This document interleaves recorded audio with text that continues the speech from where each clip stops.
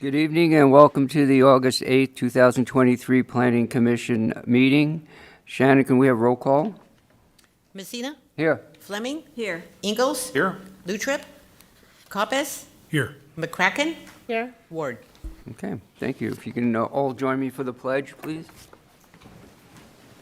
I pledge allegiance To the flag of the United States of America and to the republic which it stands, one nation, under God, indivisible, with liberty and justice for all. Thank you. At this time, I guess we're going to do the oath of the three commissioners that have been, or two that have been reappointed, and I want to welcome our newest commissioner. Mark, welcome. Thank you. He'll also be sworn in. So Lynn, I guess I'll take start. it away. My second round. I, Lynn Fleming, a Planning Commission appointee of the City of Coeur d'Alene, do solemnly swear or affirm that I will faithfully perform the duties of my appointed office and will support and honor to the best of my ability the constitutions of the United States and the state of Idaho and all applicable laws, ordinances, and policies of the state of Idaho and the City of Coeur d'Alene, as well as the policies, procedures, code of ethics, and code of conduct of the Coeur d'Alene City Planning Commission.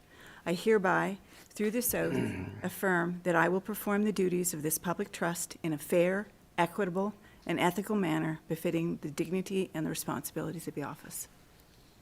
Okay.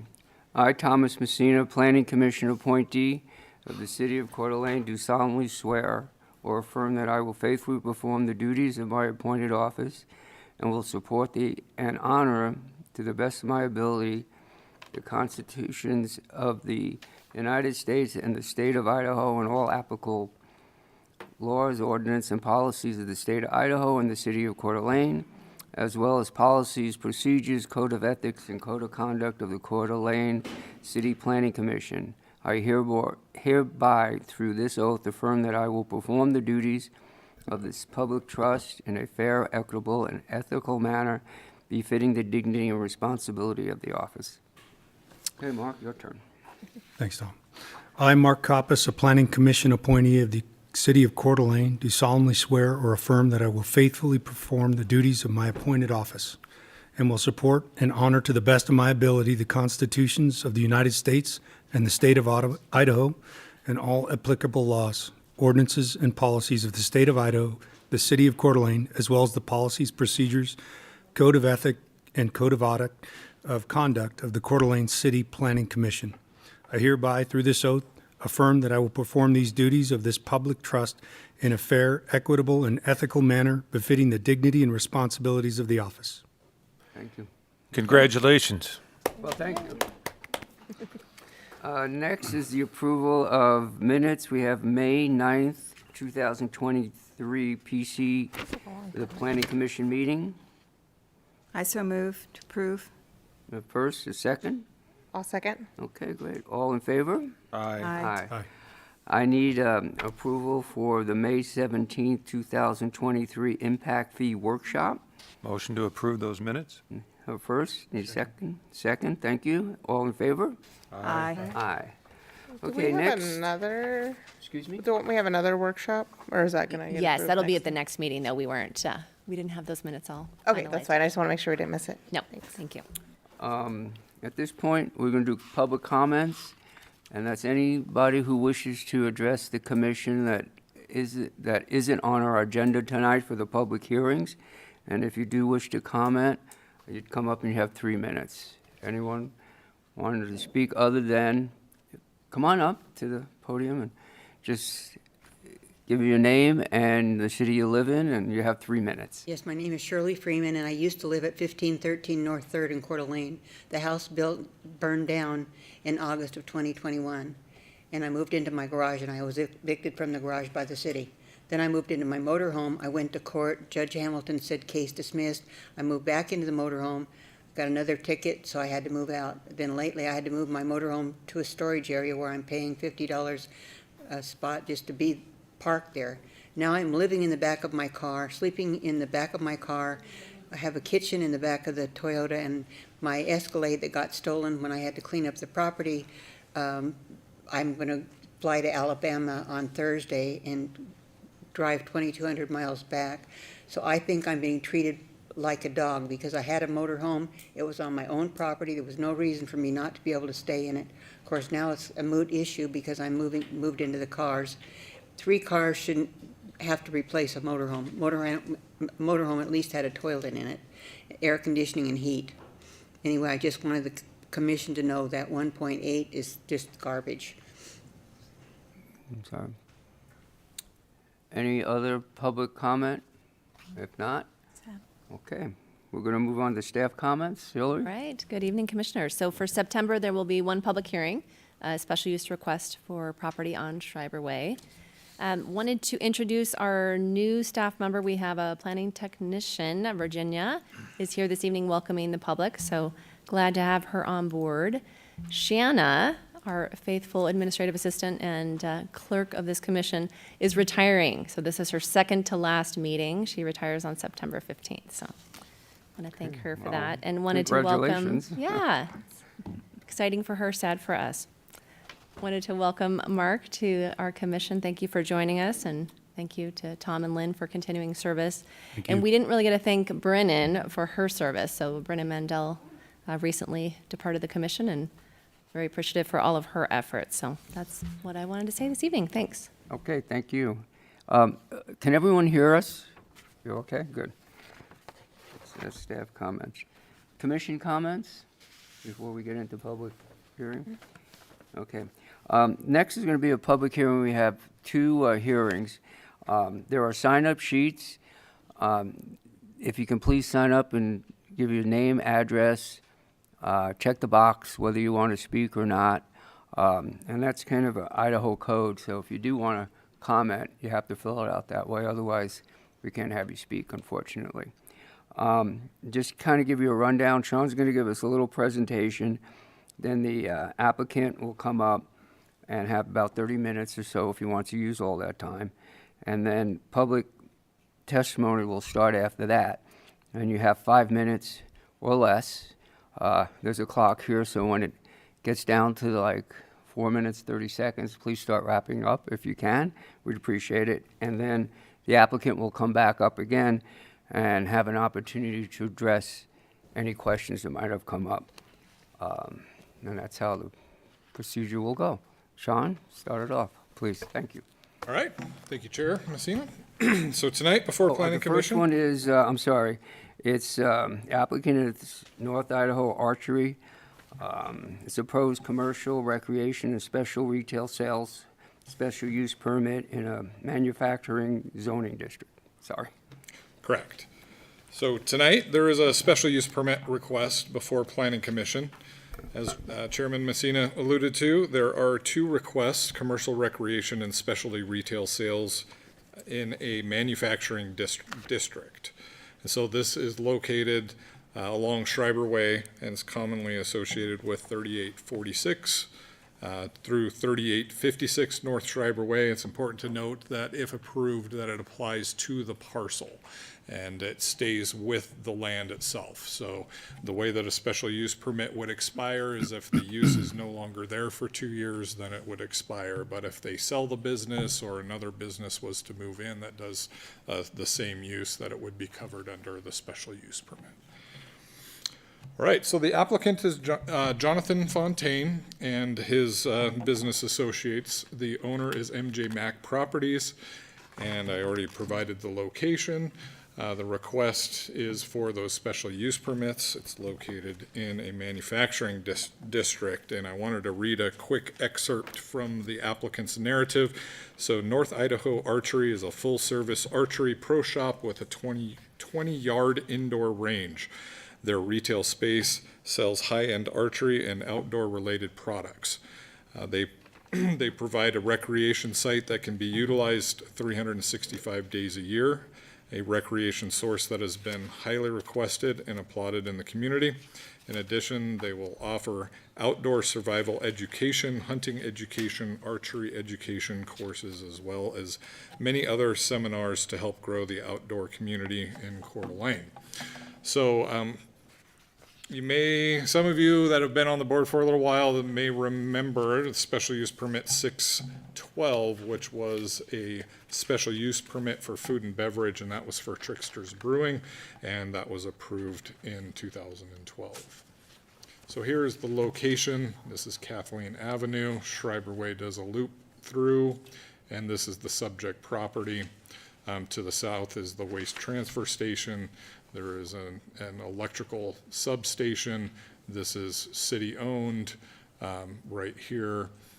And there's various uses that I will get into in a moment. This is Meadow Ranch along this edge here. All right, and if you are not familiar with what those uses are, on page 3 of the staff report, there is a list of specialty retail sales and the description of commercial recreation. One is a commercial activity and the other is a service activity. So these 3 findings are required pursuant to section 17.09220, and there are criteria that need to be met for approval. So the first one is this proposal is or is not in conformance with the comprehensive plan. So the property is located inside of city limits.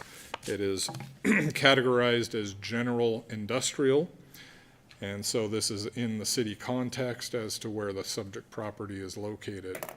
When you zoom into that map, this is what it looks like, and general industrial is a large part in this area. So the comprehensive plan does provide a description of what industrial is and those key characteristics. I won't read those directly off of the slide. Typical uses under secondary, parking, dining, office, and commercial type uses are appropriate, and as mentioned, this is a special use permit request, which is allowed in the manufacturing zoning district. So as far as transportation goes, there's 3 maps that are provided inside of the comp plan. Planned bicycle network, existing and planned. As you can see here, there are bicycle facilities that are close by. There is sidewalk in the area for the walking network, and then for CityLink, it is fairly close, within walking distance of the northern line here for that service. So as far as the policies go in the comp plan, there are 4 separate sections. There are 6 total, but 4 applied to this request: community and identity. We want to foster broad-based and inclusive community involvement for actions affecting businesses and residents to promote community and unity involvement.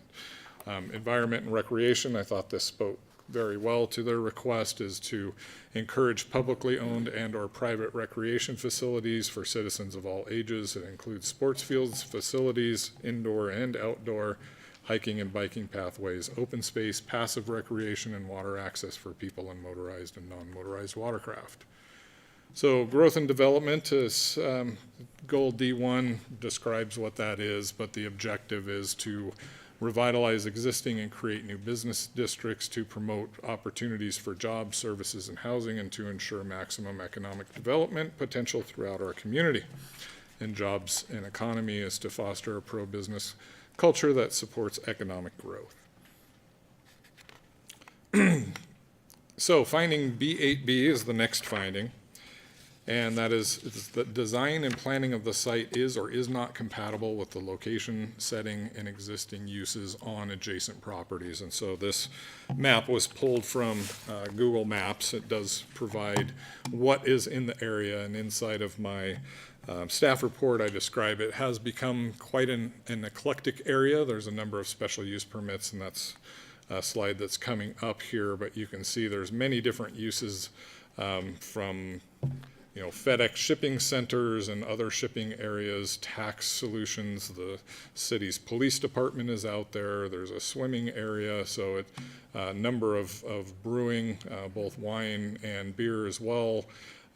General construction, and also the new medical office here. I believe that is a cancer center is there as well. So there's a wide range of different uses that are happening here. Many of those have been looked at over the years and approved by special use permit.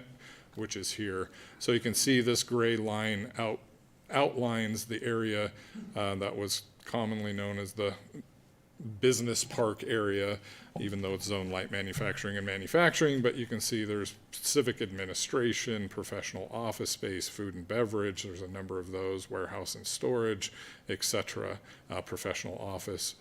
So you can see there is a number of approved special use permits in the area. So the zoning, as mentioned, the darker gray is the manufacturing district, the lighter gray is light manufacturing, C17L is the lighter pink color, and then the dark red is the C17 zoning district. As mentioned, there is residential in this southeast corner to the property, which is R17 PUD. Generalized land use pattern, you can see there's a number of mixes of civic uses, which are denoted by blue, red for more of commercial, and then the gray for industrial. So context of the site, I went out to the site and took some photos here. There's a number of different businesses located here. Trickster's still is in business. They are there operating under the food and beverage, but North Idaho Archery is located in these two suites on the subject property. You can see, and I do mention this in my staff report, that it is not your typical manufacturing district that does not have curb gutter and sidewalk. This does provide a fairly decent environment for pedestrians. It has street trees and, and actual approaches that meet city standards. And so looking along Schreiber Way in both directions, you can see those improvements. So the last finding is that the location, design, and size of the proposal are such that the development will or will not be adequately served by existing streets, public facilities, and services. So city staff took a look at this, all of our departments. They have indicated that there's adequate public services that are already on site. The building exists and they are already being served. Those specific comments can be found on page 15 of your staff reports. So this is the original site. I had to go back in time a little bit here to 2005. That's when I started working for the city of Coeur d'Alene, so it's been quite some time. But this is their site plan, and it's showing the layout of their parking, so they have sufficient parking for their use. It's showing where the location is on the site, as well as the landscaping improvements that are there.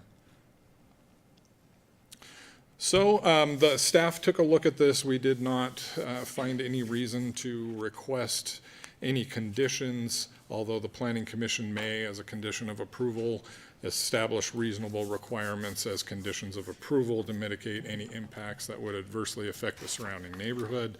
Be specific if you do decide to provide any conditions. And so with that, that ends my staff report. And action alternatives, Planning Commission will need to consider this request and make appropriate findings to approve, deny, or deny without prejudice. And with that, I will answer any questions. Go ahead, John. Thanks for your good report, Sean. Appreciate it, as always. Take me back 20, 30 years ago, or however long you've been here, right? It's been a while. Somebody zoned this whole Schreiber deal manufacturing. You know, and your chart up there, you show a graphic that shows all kinds of special use permits in there. I mean, is that kind of an argument that we've sort of, haven't rezoned it, but we've certainly reshaped it? Would you agree? And Yes, I would agree with that. and you know, in hindsight, is it almost a miscue that it is zoned manufacturing? I mean, to ask it differently, would you agree that there's almost more alternative uses in there? Clinics, Coeur d'Alene Vision Source, a recreational swim lab, Safe Swim, they got this and that and the other, Tricksters and blah. Is there almost more stuff in Schreiber that's non-manufacturing than manufacturing? I haven't run any numbers on square footage of buildings or the actual acreage out there, but I would venture to guess that that's pretty accurate. We've had this discussion a couple of times over the years, and so we run we run the risk of, six of one, half dozen of the other. If you do change the zone, then the FedExes and the things that are more the manufacturing end up becoming non-conforming uses. And so we're so far down the path now where you either continue to have special use requests, or you come up with a specialty zone for this area, or some sort of overlay that describes maybe what you don't want to see rather than the limitations of what you want to see. But that would be something that could happen down the road. Final thought, and I'd be remiss in not asking this, but since there's been so many special use permits granted in there, as you all talk in the planning shop, how goes it? I mean, what's your sense of, we've allowed all this kind of eclectic mix of administrative, commercial, retail, recreation, tricksters, and police, and all kinds of mix in there. I mean, do you get complaints and, oh my goodness, it's terrible out there? Or, my personal sense is it all kind of works, but what's just your personal sense? It does work. And one of the things that I have mentioned on these special use permits over the years is that light manufacturing and manufacturing has a different set of performance standards, and those are the light, the noise, the glare, the dust sort of thing. So it does allow a little bit more of that type of intrusion on the neighbor, and the setbacks are a little bit greater to handle that. Now, that being said, all of those uses seem to be getting along fine. We don't get complaints. Generally, what we find is that someone assumes that they can move in, and they move in, and then find out later that they do have to come before Planning Commission and ask for permission for their use. I'm sorry. No, go right ahead, John. Since you brought it up, and I read in the packet, this was a miscue, and I guess the person that's in there now doing the archery thing moved in with good intents, probably connected with the not a realtor, but property manager, commercial property manager, and they say, oh, you'll fit right in here. There's room. They sometimes look at the square footage functionally, and there's parking out there. It's a perfect fit, and they don't even think. I don't think there's any sense that they did this deviously or nothing. I don't believe so. Nothing After speaking nefarious with here. Yeah, after speaking with them, they were happy to comply. They kind of questioned it because of the nature of the business and other businesses that are located there, and they were happy to come to the table and seek approval. Thank you. You're welcome. And I did look beforehand. I did not see our applicant. Oh, they are here. Wonderful. So the applicant is here, Did they bring their bill? and they are available to speak to their request. Maybe I'll just pull up a picture there. Thank you. Thanks, Sean. Okay, the applicant can come on up and just give me your name and city you live in, and I'll swear you in, and I'm writing you down on the sign-up sheet. You can just do it. Just give me your name and the city you live in. Austin Johnson. I live in the city of Post Falls. Okay. Do you solemnly swear and/or affirm that the testimony you're about to give is the whole truth and nothing but the truth? So help you God. I do. Okay, Austin, go ahead. Well, I'm Austin Johnson. This is John. We're two of the owners of North Idaho Archery, and we're super happy to be here. I know, like Sean had mentioned before, we just came in. Apologies, and thank you for being patient. There's a miscommunication of when we were supposed to be here. We saw a need in the area for an archery shop, a true pro shop, somewhere where people can come in and get the full experience, not a big box store where, unfortunately, that happens in those is that people cycle through employees, archery technicians, and you don't get the same service every time. We've been doing archery for a long time, and we love hunting and everything about archery, and then the community that it brings. So that's one of the big reasons why we set up shop here in Coeur d'Alene. All three of us owners, we're all military veterans, and we're all former law enforcement as well. John and I worked for 2 agencies in Wisconsin before moving out here, and John actually worked for Kootenai County for a couple of years, and our third owner, Jake, worked for Kootenai County for 5 years. So we have a big involvement with the veteran community and the first responder community. We know that people in those professions need an outlet, and that's what archery was for us. So that's what we want to bring to them as well. And also, Let me just swear you in as well. yeah, swear me No, in. it's okay, no problem. Do you solemnly swear and affirm that the testimony you're about to give is the whole truth, nothing but the truth, so help you God? I do. Go right ahead. All right. Again, my name's John. I'm not gonna. I'll just talk. My name's John Fontaine, the other owner, and Jake. He's at the shop. We got just swamped today. So another thing that we're looking to get involved in is with the school programs around here too. At some point, we've only been open for 3.5 months now, but we'd love to get into the schools and get some leagues started with there. Get the homeschool. Get involved with the homeschool. I guess, I don't know what you call it, just the homeschoolers. Does that work? Yeah. We'd like to have just because we have an indoor range and have kids or times allowed just for the homeschool kids to come in and shoot for maybe an hour or whatnot. So we have a lot of things that we want to get involved in, the Junior Olympics. We have so much for the future that we have planned, but that's just a little bit other thing. I just want to piggyback off what Austin had to say.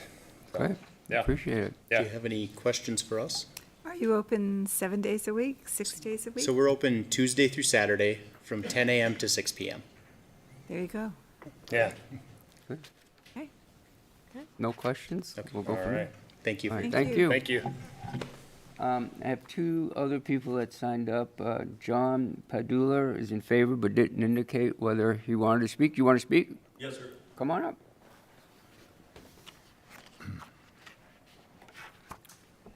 I'll just swear you in, John. Give me your name and the city you live in. John Padula, Post Falls, Idaho.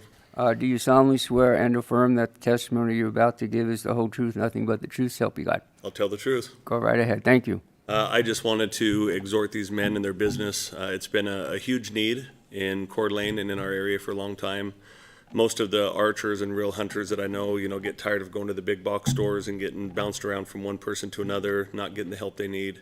So most of them end up in Spokane at Spokane Valley Archery. And now that these guys are here and they have a business here in Coeur d'Alene, it's been great for all the people that I know in the hunting community.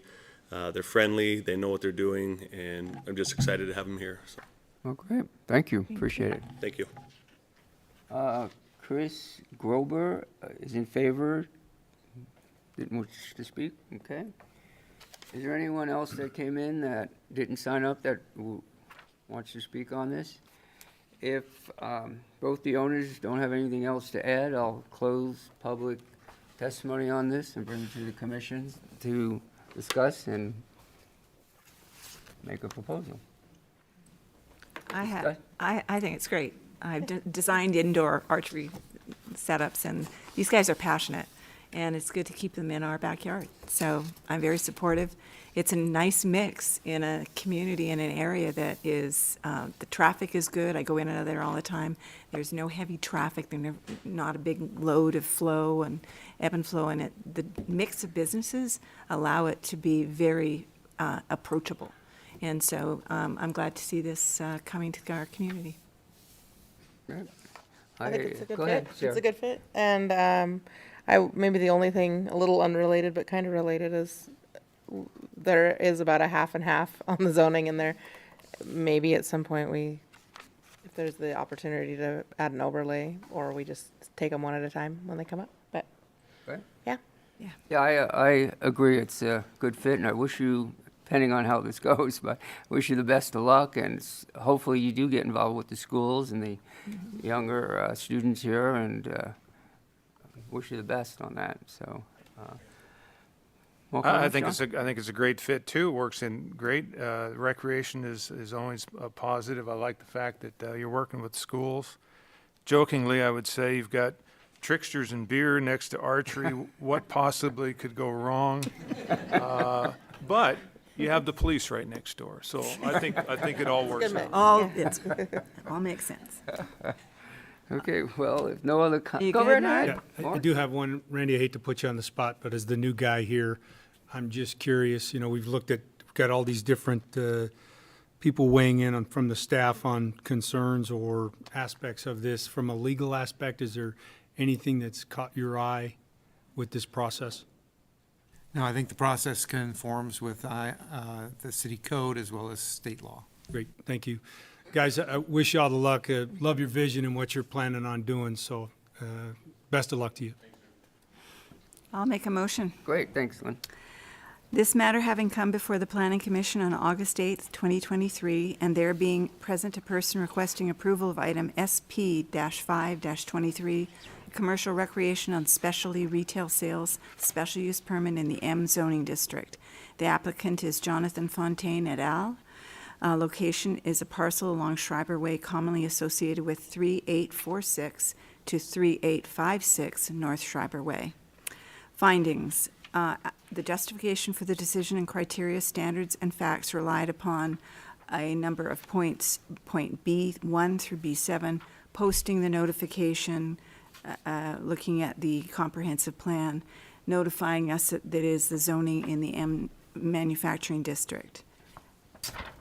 B8, pursuant to section 17.09.220, special use permit criteria. A special use permit may be approved only if the proposal conforms to all the following criteria to the satisfaction of the Planning Commission. B8A, the proposal is in conformance with the comprehensive plan as follows. To set the identity, it fosters broad-based and inclusive community involvement for actions affecting businesses and residents to promote community unity and involvement. Impacting the environment and recreation, it provides an additional diverse recreational option that we previously do not recognize in this area. And that for growth and development, it is inserted into a mix of land uses throughout the city, and this is just one of those many mixed-use areas that is both manufacturing and deserves a special use permit. It also retains and grows and attracts a new business, which we identify as being a good addition to our community. B8B, the design and planning of the site is compatible with the location, setting, and existing uses of the adjacent properties. It is centrally located.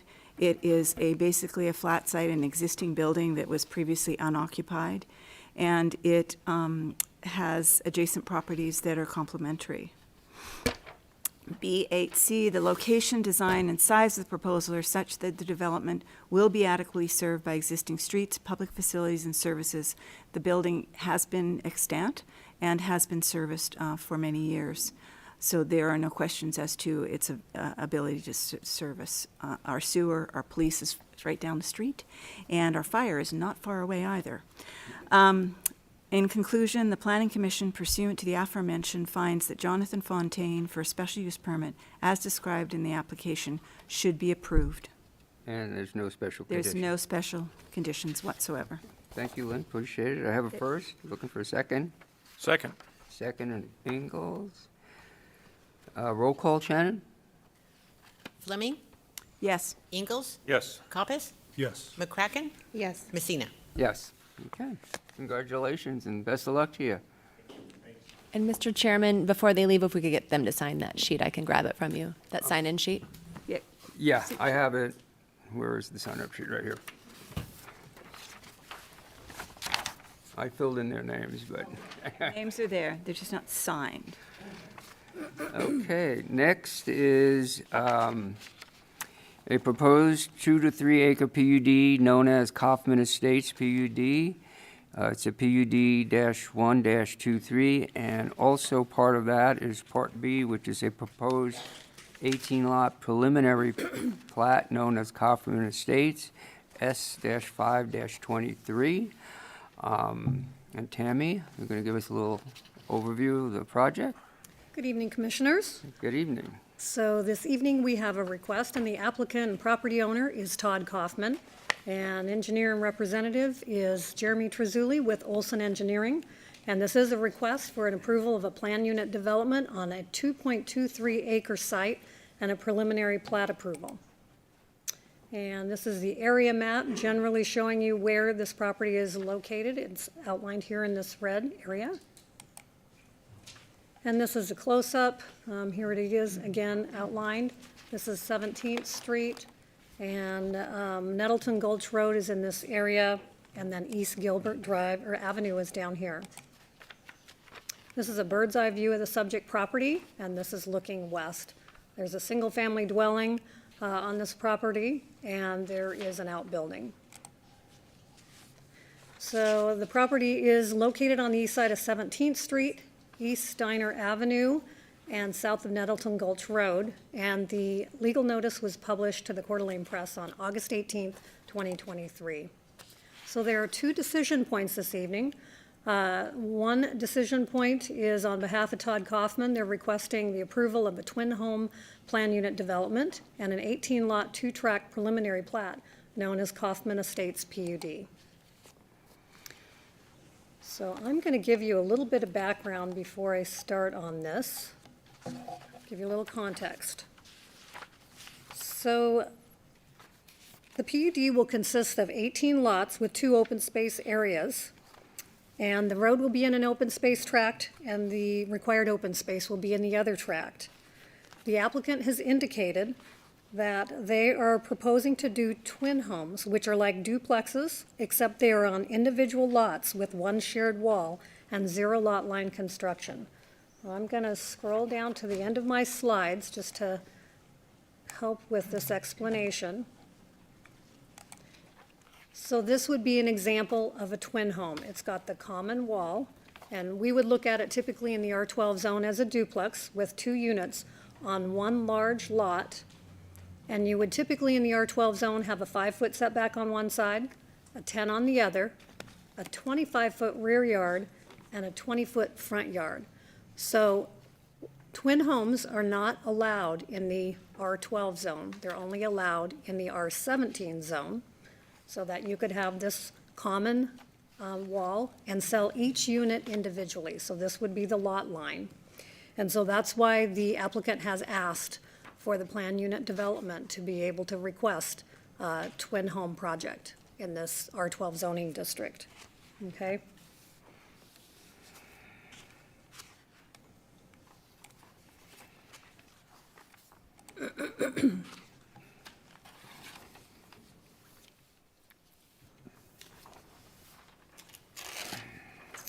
Okay, so the applicant is proposing a 12,400 square foot open space area located here, which is 12% of the development, and they're requesting 18 units, so 9 individual structures, which are the twin homes.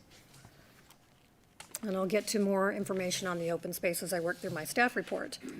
So the applicant has indicated that this project will be completed in one phase, with construction beginning in the spring, summer of 2024 and completed by late 2024 or early 2025.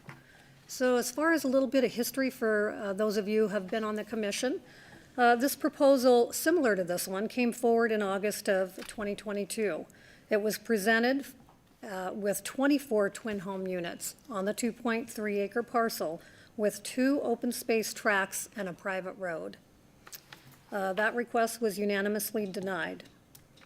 On February 10th, 2023, the development team, including Jeremy Trezulli and the property owner, Todd Kaufman, met with several of the neighbors in this area, and the neighbors shared their concerns about the density, compatibility, and their hope that single-family dwellings would be built on the parcel. Jeremy Trezulli and Todd, the owner, explained more on what their proposal was to build the twin homes and sell them individually. So again, they have proposed 18 twin homes on that 2.3 acre parcel with approximately 12,000 square feet of open space. In addition, on this one, they are proposing approximately 12 parallel parking spaces located here. And this would be the open space area. And in a typical subdivision, sidewalks are required on both sides of the street, and they're requesting the deviation on just one side of the street. So I'll go through all the deviations as far as their requests. Lots fronting on a private street rather than a public street. Twin home construction in this R12 zone. The minimum lot size is 2663 for a twin home rather than 3,500 square feet per unit, which would be typical in the R12 zone. And the interior setbacks of 5 feet and 0, which 0 is on that lot line, the 0 lot line, versus 5 and 10. and then street side setback of 5 rather than 10. And as I mentioned, a sidewalk on one side rather than both sides. And in this case, it would be a 30-foot frontage for the lot frontage on each twin home. So there are required findings with this request, so you'll have to go through each one of the findings, and staff would ask that when you do make your findings, that you could really expand on them to make sure that there's clarity in what your decision is with the findings. Okay. Finding B8A, that this proposal is or is not in conformance with the 2042 Comprehensive Plan Land Use Map, and this is the subject property located here. And this is a close-up. This does fall within the compact neighborhood area, and you can see there's compact neighborhood area around this area. So compact neighborhood, the key characteristics are located in your staff report. As far as building types, it notes in the comp plan that single-family and duplexes are allowed, triplexes and fourplexes, townhomes, green courts, and auto courts, as far as compatible zoning in the R12 zone. Finding B8B, the design and planning of the site is or is not compatible with the location, setting, existing uses on the adjacent properties. So I took some site photos. The property, as you can see, has a little bit of a slope that tapers from where that existing home is down towards 17th Street. So this is looking east from 17th Street and Steiner Avenue at the subject property. This is a view from the center of the property. Looking east, this existing home is here, and it's a fairly old home, and this is a accessory building here sitting to the back. This is a view from the portion of the subject property looking west at the existing storage building on the site. View from the subject property looking north at the neighboring property, so this is from the center of the property and looking north. And another photo view from the center of the property looking west towards 17th Street and Steiner Avenue. So this would be looking down the existing driveway at Steiner Avenue and 17th Street intersect down there. This is a view from the western edge of the subject property looking west towards Steiner Avenue. Steiner Avenue is located this way, and this would be 17th Street. View from 17th Street and Steiner Avenue looking south with the subject property on the left. So this would be 17th Street going south, and the subject property is located here. And another site photo from 17th Street looking north toward Nettleton Gulch Road. And this is the zoning map. The property is currently zoned R12, and you can see there's R12 surrounding this. This would be a PUD further north, and then the red indicates some commercial or neighborhood commercial. This is a land use map showing single families in the yellow, and then there are some duplexes, as you can see a little closer. Probably as you move over to 15th Street, you've got some duplexes and some multifamily. Finding B8C, that the proposal is or is not compatible with the natural features of the site and adjoining property. So this is another site photo, and this is looking east at the single-family dwelling that's existing. So I provided the lower floor plan and a few of the other plans, and I think the applicant would be better at explaining more if you have other questions about the square footages and the layouts. But in the proposal that the applicant has, one side of the duplex is smaller than the other side, and this is a one-car garage on the lower level, and this would be a two-car garage. So I believe there's 9 single-car garage, twin homes, and then 9 with the 2-car garage. And this is the upper floor plan, and I believe both of these have the same square footage. And then this is the site layout showing you where they're going to be on this property. And as far as setbacks, there's a 20-foot setback on the front, and they are proposing to meet that. They are 0 lot line, as I mentioned, for the twin homes, so they can be sold individually, have individual ownership. And then they're showing a 10-foot setback, for example, on this side, and a 5-foot setback on the example on this side. And they are providing the standard 25-foot rear yard setback. The sidewalk would be located here, and this is a private road. with parallel parking around 22 parking stalls for guest parking. And this is the example of the architecture type anticipated in the front view of the units. And as I mentioned, single-car garage on this side and two-car garage on this side. Maximum height is 32 feet. I believe they're less than 32 feet tall. And this is the rear view of the proposed structure. And I provided each side view. Finding B8D, the location, design, and size of the proposal are such that the development will or will not be adequately served by existing public facilities and utilities and services. So your staff report does contain all of the staff comments. City staff from engineering, streets, water, fire, parks, and wastewater departments have reviewed the application request in regards to the public utilities and facilities, and they have indicated that they are adequate public services and facilities. There are recommended conditions for this request, and they are located in your staff report. There are 20 conditions. Finding B8E, that the proposal does or does not provide adequate private common open space area as determined by the commission, no less than 10% of gross land area, free of buildings, streets, driveways, or parking areas. The common open space shall be accessible to all users of the development and usable for open space and recreation purposes. So as I mentioned, the applicant has provided 12% open space, so the minimum required is 10. They've provided 12. And the open space will include grassy areas, trees, shrubs, walking path, I believe a small gazebo, and a picnic area. And the applicant did indicate that this open space area will be open to the public as well. And this is the area where it's located, and the walking path, and the picnic area is located here.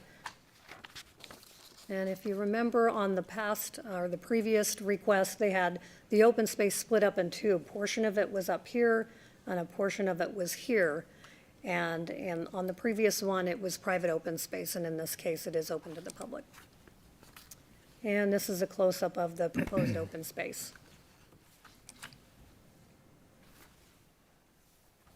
And this would be kind of an example of the picnic area. Finding B8F, off-street parking does or does not provide parking sufficient for users of the development. So there was no request for a change in the off-street parking requirements through the PUD process. And in this proposal, the applicant has provided approximately 22 parallel parking spaces proposed on that south side of the street for guests. Finding B8G, that the proposal does or does not provide for acceptable method of perpetual maintenance of all common property. The open space will be maintained by the HOA and will be open to the public. And so city staff reviews it with the legal department when we get the HOA documents to make sure everything has been included. And the subdivision findings. So I'll go over these findings for the subdivision portion of the request. Finding B7A, that all of the general preliminary plat requirements have or have not been met as attested to by the city engineer. And the city engineer did indicate that the preliminary plat submitted contains all the general preliminary plat elements required by the municipal code. And deviations from the required subdivision standards have been requested through the PUD process, and they are noted in the staff report. So this is the proposed preliminary plat with the 18 individual lots and the 18 twin homes. This is the open space. As I mentioned, there would be two tracks, one track for the open space area and one track for the private road. Finding B7B, that the provisions for sidewalks, streets, alleys, right-of-way easements, street lighting, fire protection, planting, drainage, pedestrian and bicycle facilities, and utilities are or are not adequate. So city staff has indicated there are adequate public services and facilities available, and that information is noted in your staff report from each department. And staff has recommended 20 conditions as part of the PUD and subdivision request. And the street sections have been provided, and they're also in your staff report. Chris Bosley is also here tonight in case you have any additional questions about streets and traffic and those sort of things. Finding B7C, that the proposed preliminary plat does or does not comply with all of the subdivision design standards contained in Chapter 16.15 and all of the subdivision improvement standards contained in Chapter 16.40 requirements. Per engineering review for the purposes of the preliminary plat, both subdivision design standards and improvement standards have been vetted for compliance, and that's per our city engineer, Chris Bosley. So I have provided the recommended conditions in your staff report, and that is the end of my presentation, unless you have any questions. Tammy, I've got a couple of questions. I'll start One off. more. So the Okay. action alternatives, the planning commission will need to consider this request and make separate findings to approve with conditions, deny, or deny without prejudice. Thank Okay. you. All right, thank you. A couple of quick questions before I let the rest of them. This is zoned R12, Correct. and if I was reading the applicant's narrative, the design basis, which are twin homes, which is something I would have to say new to me here. In the R12, you're allowed duplexes and townhouses, but there's no definition of twin homes or anything in that realm of twin homes. And in his narrative, I believe, I read the design was based on R17, which allows not quite twin homes. So I'm trying to figure out the definition of, okay, how do we get to twin homes in an R12? So we'll go back to this slide, and hopefully I can provide some clarity Okay, for you. great. So this slide came from our code in the R17 zone. So in the R12 zone, we only allow a duplex. That's, Right. which is single family and a duplex in the R12. Duplex would be 2 units on 1 lot, but they can't be sold individually and have separate ownership. In the R17, and you guys have heard the term townhomes. So this Right. is a similar term, but it's only 2 units. So they could request through the plan unit development process, the twin home units. So that's why they've requested this, because they could not build this in the R12 zone and have individual ownership. Okay, so I'll follow you on that. Excuse me. And in the R12 zone, allowing what's per code, how many units could they get in there under, I guess you want to call it duplexes or townhouses? Or would there be more units in the R12 zone than what they're proposing right now? So that's kind of a tricky question, because you Okay. have to think of all the other things a developer would need to put in. So this lot is 2.3 acres, and if you do the calculation, it's about 100,000 square feet roughly. And for example, if you divided that by 5,500 for a single-family dwelling, 12 units per acre, so you could get 20 or so, 24 is what the calculation would be. Sure. But when you put a city street, sidewalks on both sides, your swale, your street trees, and a single-family dwelling, or let's say the duplex with the setbacks, that really minimizes your space to how many units you could really get in there. Because this lot is kind of constrained because it's so long. Okay. Going down my list here. And if they're all 3-bedroom units, according to we can ask the applicant about that. Can you tell me a little bit about, besides what the zoning is around there, which was all residential, is there other duplexes or townhouses or anything within the distance around the property? Okay, so this is the outline of the subject property, and I just did a quick screen capture. And I believe here are, and I'm not exactly sure, and I could probably get on the GIS, but I believe, and Hillary, correct me if I'm wrong too, I know we looked at this before, we've got some duplexes and maybe some triplexes in this area You around. had a slide that had them on it, they were brown. I think the land use I'm not sure which slide one it was. does show that. So yeah, there's a mix of That some one, of the yeah. multifamily, duplex, triplex, and then some pocket housing kind of exists in the area. Yep. Yeah, this doesn't show it real well from the aerial. Any other questions for me? Oh, I'm sorry. Not for me right now. Go ahead, who wants to go first? John? I will put you on the spot a little bit, probably, Tammy. Good report, I appreciate it. Looking back a year ago, one of the struggles I think we had was compatibility. And B8B, as we make findings tonight, one way or the other, for it to move forward, my understanding is all findings would each have to be met. Clearly some of these, without getting into testimony or whatnot, they have been met. We know that. You said it, 10% open space, it's been met. Check that one off. HOA, got to have one of those, check it off. So it meets a number of those findings. The one I recall struggling with last year, B8B particularly, and maybe B8A, the comp plan. But the part to put you on the spot a little bit was, we have a neighborhood, to your question of, where's multifamily and where's pocket and where's duplex. If you look a greater area out, you draw a circle out, you're going to find some of that. But B8B specifically says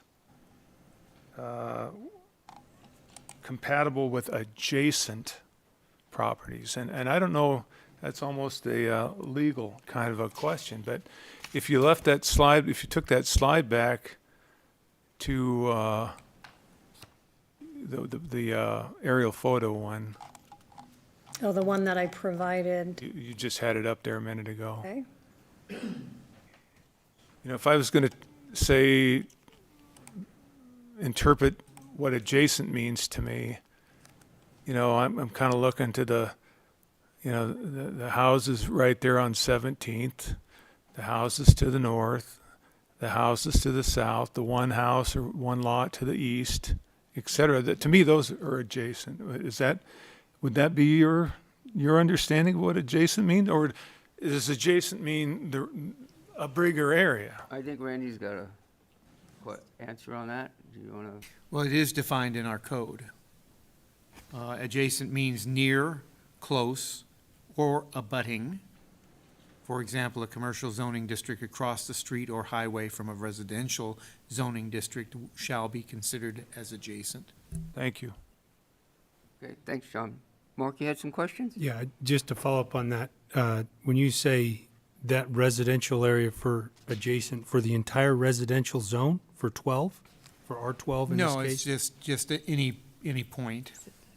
Like visible from the street? Adjacent is different than abutting. Abutting has to be right next to it. Okay. Adjacent is just nearby. And it's just Can for the be just property? nearby. Adjacent to the application for this particular property? For the property, yes. Okay. Thank you. Only other question I had was about the additional parking spaces, math in public here, but 18 units, 2 additional parking spaces per unit? Is that what I read? There's 22 Yeah. parallel parking stalls. Now, our code requires for each unit, they need to have 2 parking stalls per unit. Okay. One could exist in the garage and one could be in the driveway, as long as it doesn't hang over into So the the- sidewalk or anything. The So- 22 are above what the requirement is? Correct. Okay, thank you. Okay, Tammy, I think that's it. All right, thank you. At this time, I'll ask the applicant to come up. I don't know.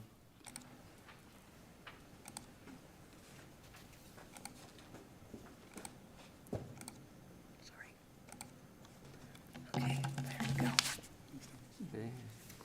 Give us your name and the city you live in, and I'll swear you in. Jeremy Terzulli. I am a project consultant with Olson Engineering based out of Post Falls, Idaho. I personally reside in Hauser, Idaho.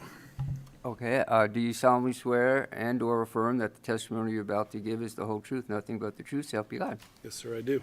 Go right ahead.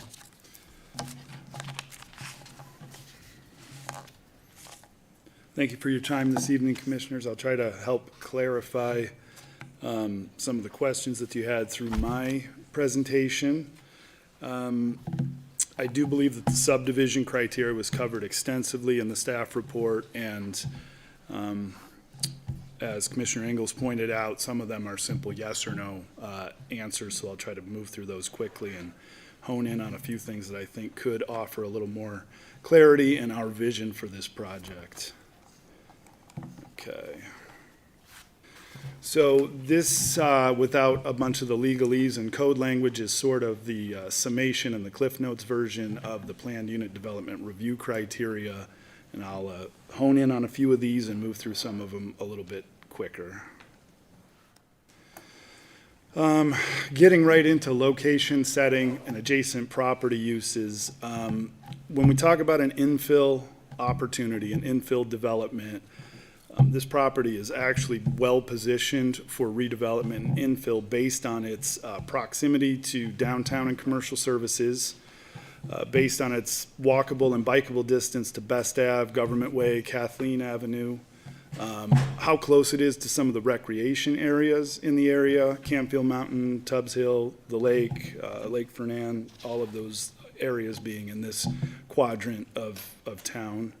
It's in that urban to suburban transition area. There is a lot of infill projects that are moving into this area. There were several within a quarter-mile radius when I looked earlier today and was putting the finishing touches on this presentation. If you hover on your GIS map and draw a quarter-mile radius, there are a number of multifamily, duplexes, some more condensed PUD-style housing, that are at that minimum lot size. So there is a trend in this area, and I'm not talking broader, I'm talking 15th Avenue East, where when a larger parcel is reached its useful life, redevelopment is occurring in this area. It's actively occurring. And then if you zoom out to that half-mile radius, you'll see a pretty big mix of single-family, multifamily, and duplexes within that half-mile radius. And I wanted to kind of clarify, because there still seems to be a hang-up, not just in this jurisdiction, but I present in all jurisdictions around the area, Post Falls, Coeur d'Alene, Hayden, Rathdrum. The difference between, because everybody calls them duplexes. They say you can put whatever fancy name you want on them, they're duplexes. But the fact of the matter is they're not. And they're different from condominiums as well. So a duplex is 2 units, 1 structure, 1 parcel. A townhome can be multiple units sharing a 0 lot line, a common wall, but you own between the common walls or between the common wall and the outside wall all the way to the property line. You own that structure. The water meter comes in, belongs to you. It gets its own sewer stub to you. The foundation goes all the way down and has its own footing on that party wall. So they are 2 completely separate structures, and you own the dirt underneath that structure as well. A condominium, if it's a condo plat, you don't technically own the dirt underneath it. You own the structure and the airspace up until the next floor above you. So hopefully that offers a little bit of clarification. The big reason we push and this product is not really represented in this area. People struggle to get their head around it. Financing for this type of product is way different than financing for a condominium. Banks have a lot less trouble with it, and you can get a conventional mortgage on a twin home or a townhome because you have a legal description, you own the dirt, and you own the infrastructure and the stubs that come into your property. So banks will lend on these. Our vision has always been that duplexes are by right use in here, but that's not going to allow people to gain entry into homeownership. We've said from the beginning, we believe it, that the greatest path to financial independence in our country that has ever known, bar none, is property ownership. That helps catapult people into financial freedom and financial stability. So we could put some duplexes in here, and later in my presentation, I'm going to explain to you how we doubled back to this after being denied last year, and how we landed on this, how we feel that a duplex product in here isn't serving the several objectives that we're trying to accomplish with this project. In addition, after some of the feedback that we received a year ago, we did change up the architectural style so that it is more traditional, more conventional, and less. Last year's had single shed roofs, had a lot more modern elements to it, and it was noted that it didn't really fit with any of the surrounding architectural styles, so we basically tore that up and started over.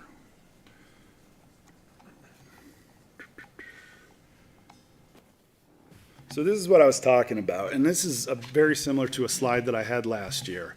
The subject property has the star on it, and it's noted as Area 4. All of these properties are roughly 10-acre squares. All of them exist east of 15th Avenue. There's 2 blocks worth of properties, and I calculated all of the units in each one of these 10-acre blocks. And as you can see, even with our proposal of 18 twin homes, we are on the bottom 2 with regard to density. Number 6 sort of doesn't really count because there isn't connectivity from Noble Circle to Haycraft or the rest of the areas, but I threw it in there for symmetry, so apologies.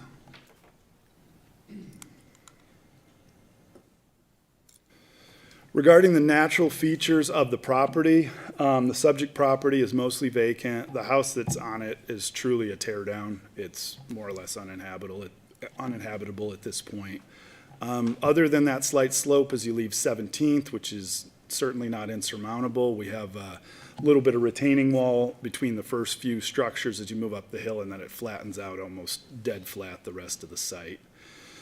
Many of the large established perimeter trees, we should be able to preserve those to continue to offer some natural barriers between adjacent property owners. Some of the internal trees have been cleared out, but we're hoping to leave as many of those perimeter trees as possible. There's some really well-established ponderosas around there, and we're hoping to preserve some of those. Our road coming off of 17th will hit its terminus near the eastern property boundary. We're not stacking a house on that end, and although it looks unlikely, future connectivity in the street network could be preserved through this subdivision if approved, and connection to that road would be possible, and extension of infrastructure as we'll be pulling water line extensions and sewer line extensions to the east, again, if approved. Soil is actually, I ran a soil survey on this today. The soil in the area is excellent. It's a little bit of topsoil over basically prairie gravels, which is some of the best soil in our area for drainage and compaction for future building. And the property is over the Rathdrum Prairie Aquifer. That is noteworthy because through our process, we're going to be required to pave the area of 17th that currently isn't paved. And anytime that you can bring old septic systems offline, pave roads, bring them up to stormwater treatment standards, today's standards, it really helps in preserving that natural resource that is the Rathdrum Prairie Aquifer. Getting adequate pre-treatment of stormwater is top of the list for aquifer health. That and septic systems coming offline.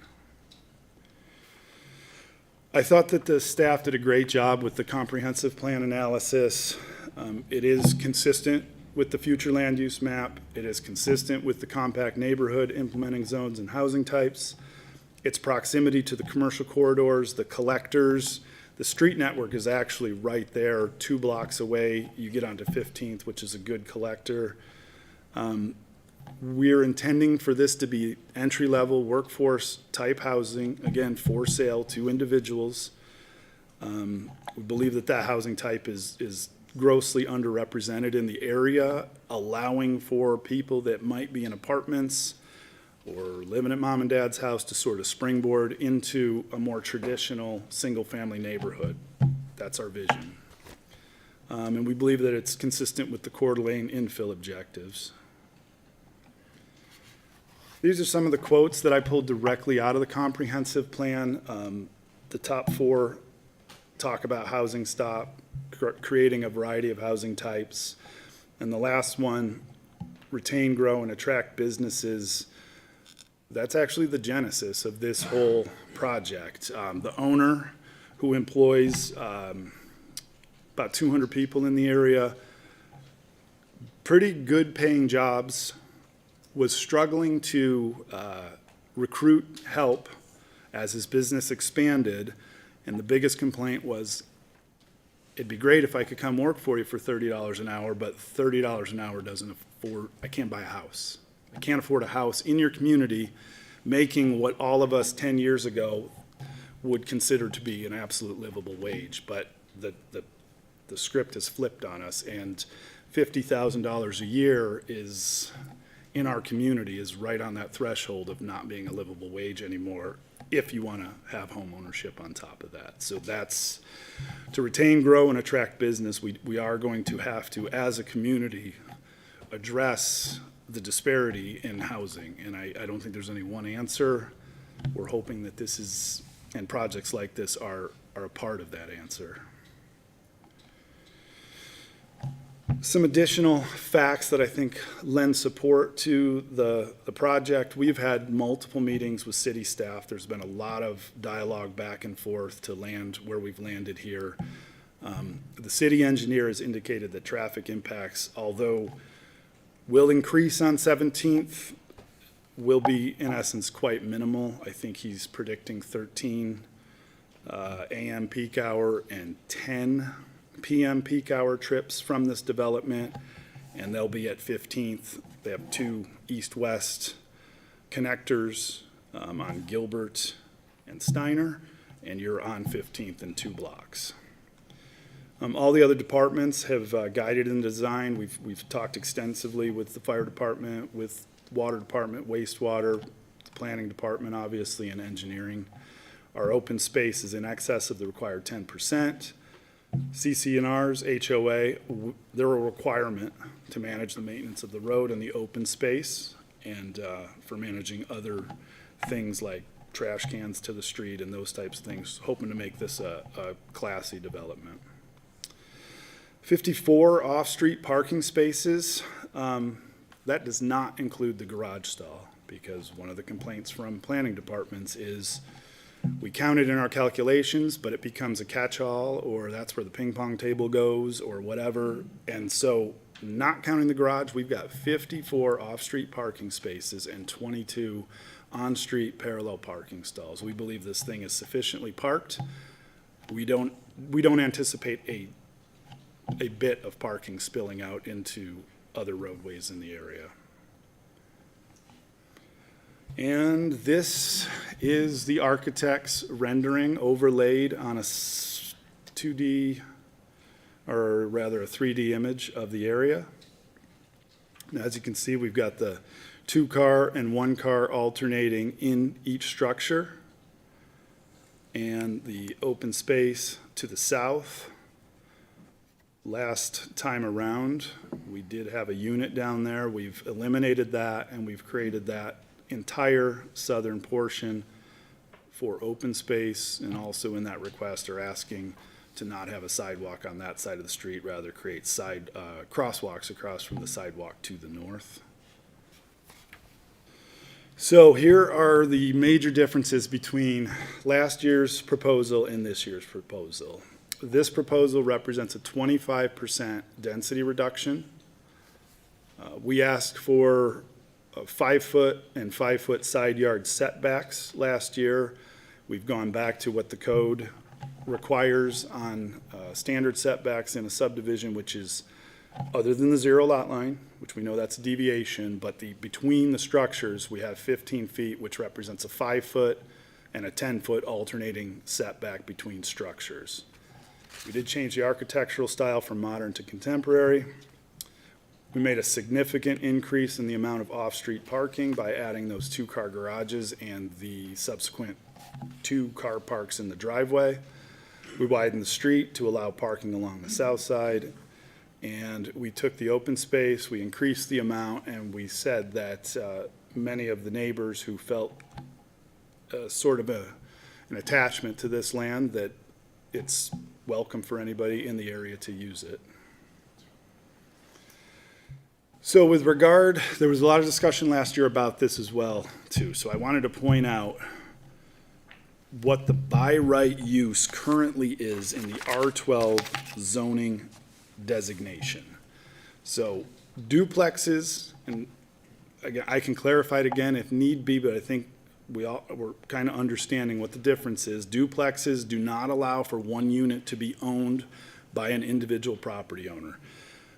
Someone has to buy the entire lot, the entire structure, both units, and 99 times out of 100, that becomes rentals.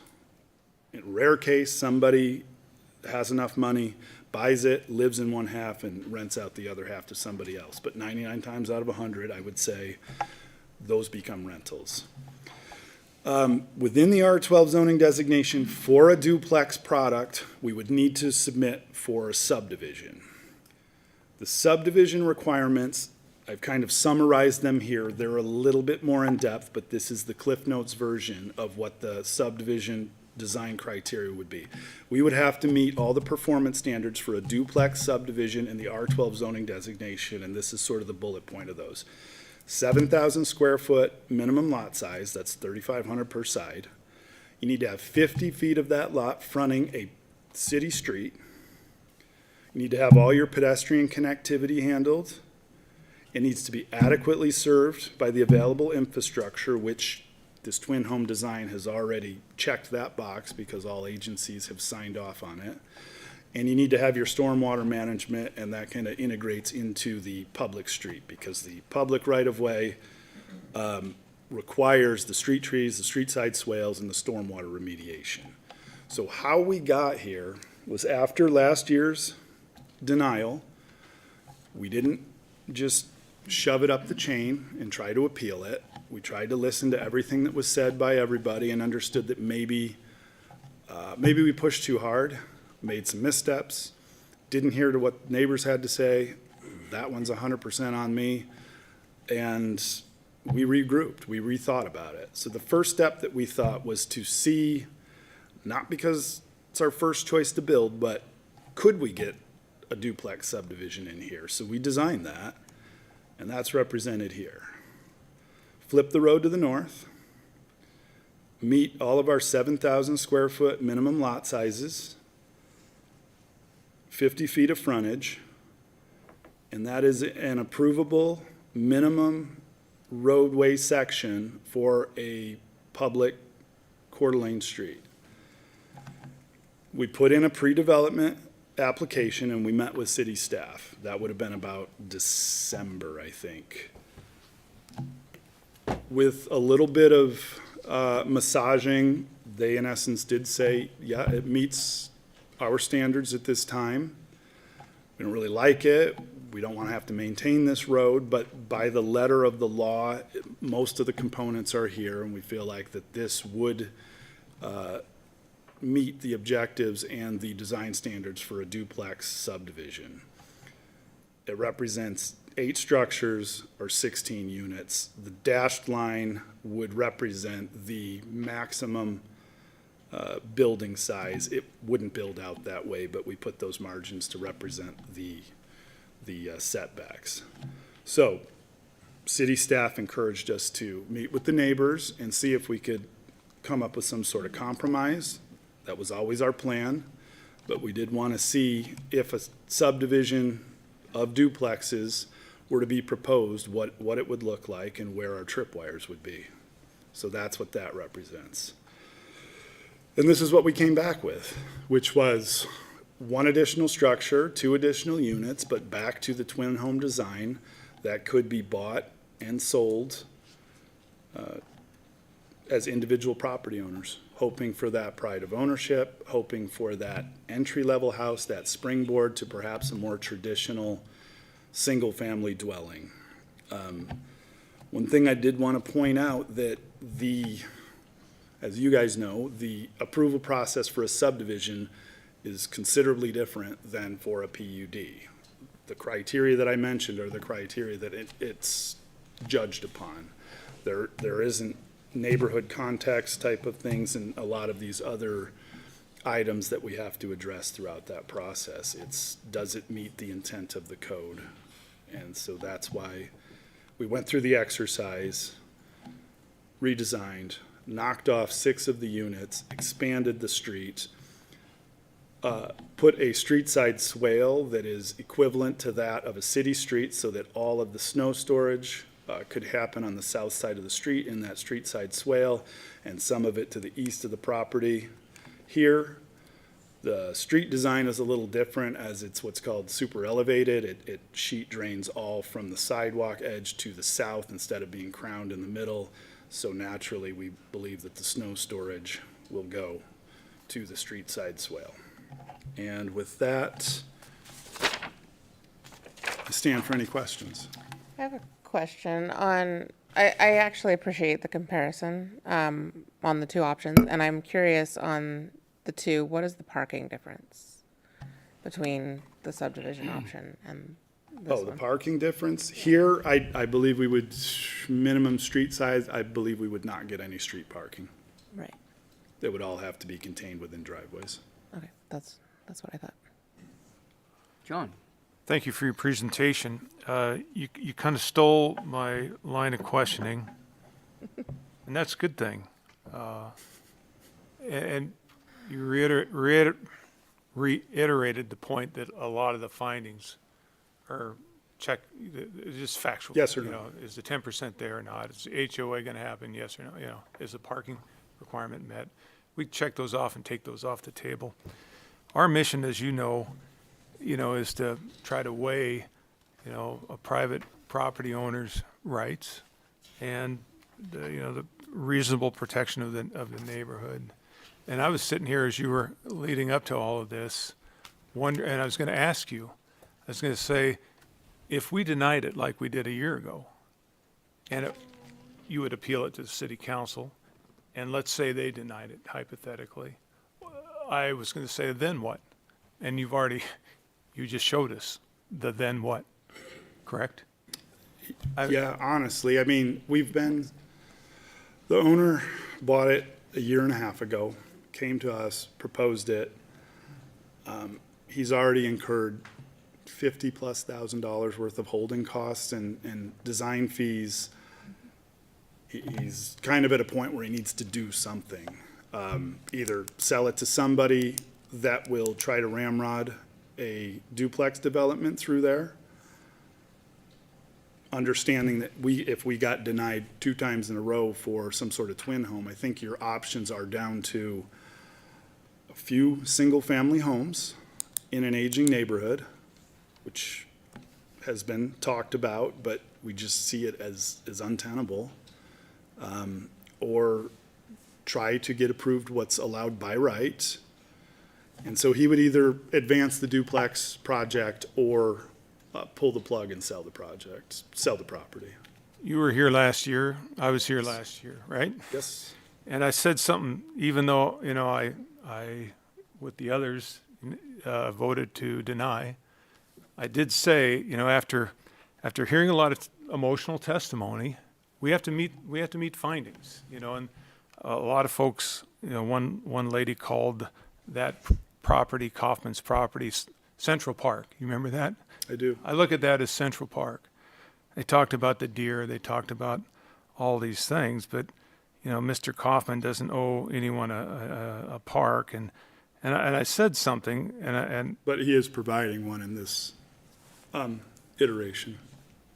but I said something that, even though I voted to deny, I said, change is likely coming.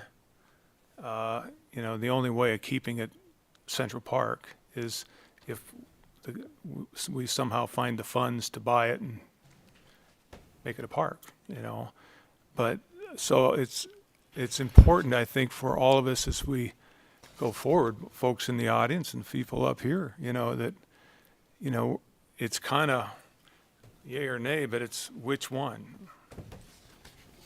Thank you. Yeah. Other questions? Would you be willing, you're making this park more public, but you're also parking cars in front of it. And it's hard to access that with kids on a bike or pushing a stroller, or I would recommend that if we do go forward with this, that we have curb cuts and have 2 dedicated entry points for entry and exit, because truly, parents go there pushing the kids, they got the stroller, they got the bikes. We do they got- have that. It's not So- represented on this Okay. rendering, but in Tammy's slide, you would see there are crosswalks to the sidewalk. Those parking stalls where the crosswalks do go to the park and have the curb cuts, do spit right out on there. And just for clarification, the lines are there to represent an approvable parallel parking stall. As a private road, I doubt those lines will actually get painted in, and we don't, it'll be like city streets downtown, you know, you don't have assigned parking stalls when you go around here. If that's big enough for me to get my car in, you go in there. So I wouldn't anticipate, I'd want a curb cut, because that's how you get a stroller, a tricycle, a bicycle. with the ADA crosswalk, it's going to be required to have a curb cut in it. So we're gonna have an accessible route from the sidewalk across the street. And, so that represents it a little better, if you could look at the screen there. I doubt we will stripe out the parking on that side, and we will probably hash out a accessible route from the sidewalk across. Okay. And with 54 driveway parking stalls, not counting garages, I do not anticipate a heck of a lot of parking on that side of the street. Okay. And then I'm going to overstep my bounds, and I draw for a living. I design this stuff. These elevations are scary. We've got 4 different roof lines. We've got a hodgepodge of materials. We've got stone halfway over a garage door. How do you put a header over that? It then goes from stone to something else. Stair-stepping windows up a staircase. This thing is a mess. I would give this a fail for aesthetics. This doesn't have a unified look. This is basically a box with 2 pop-outs and a shed. Make it look like one building. Acknowledge that it is a one building, instead of making a forced flat. These are flat materials, but you're plastering them on like they're wallpaper. And I've got a shed roof, I've got a hip roof, I've got another, gabled roof. I'm going, what the heck? This is like a design exercise in Home Depot. I alone would not want to see this thing built. It doesn't have a traditional look to it at all. It has a hodgepodge look. I mean, I literally couldn't believe that someone would draw this. And I know we're not supposed to weigh into aesthetics, but this alone says, heck no to me. I just could not put this in any neighborhood in Coeur d'Alene. I tried to think about where I saw anything like this in our beautiful city. Couldn't think of one building that looks anything close to this. And to me, it's an assault. I mean, we live this, and this is not fair. So I would say go back to the drawing board, give us something that's aesthetically at least acceptable. This is not aesthetically acceptable in any world that I know of. So I literally couldn't believe this presentation. Floor plans, we don't judge on those. You're fully covering the site, but aesthetically, this is a disaster. I will convey that to the draftsperson. Yeah, I please do. don't draw for a This is, living. no either. architect touched this. Given that statement, Lynn, I want to ask staff and legal, depending on how this goes, is this tied in with this design, if it's approved? Or what's the design criteria, since Lynn brought this up, and where do we sit on this, depending on which way it goes? It's really outside of your purview unless you tie it to one of the findings. So you really, any decisions in support or denial of the project has to kind of fit with the And I know findings. that. Yep. But I would urge the planners, when they're sitting and seeing this stuff, to at least weigh in. I mean, really? This is, So we couldn't put a condition on this saying, if it moved forward, that we don't like the design. However you want to put it in there. We couldn't add a condition, Randy, or just thinking that if the statement we just heard, the design isn't really aesthetic to what it should be, then where do you go from here? I mean, how does that work? 7 or 8 different materials on one small, what's supposed to look like a house. Wow. Go ahead, Randy, what do you got? We do that, though, we have requested people to provide designs. Right, so. Yes, we were just saying, so for a Sure. PUD, you do have to provide the elevations as one of the criteria. So I guess it does fit to a degree, and then you do have that finding B8B, the design and planning of the site is or is not compatible with location, setting, and existing uses. And then it does have some sample things under that, talking about architectural style. So you could potentially weave something in with that.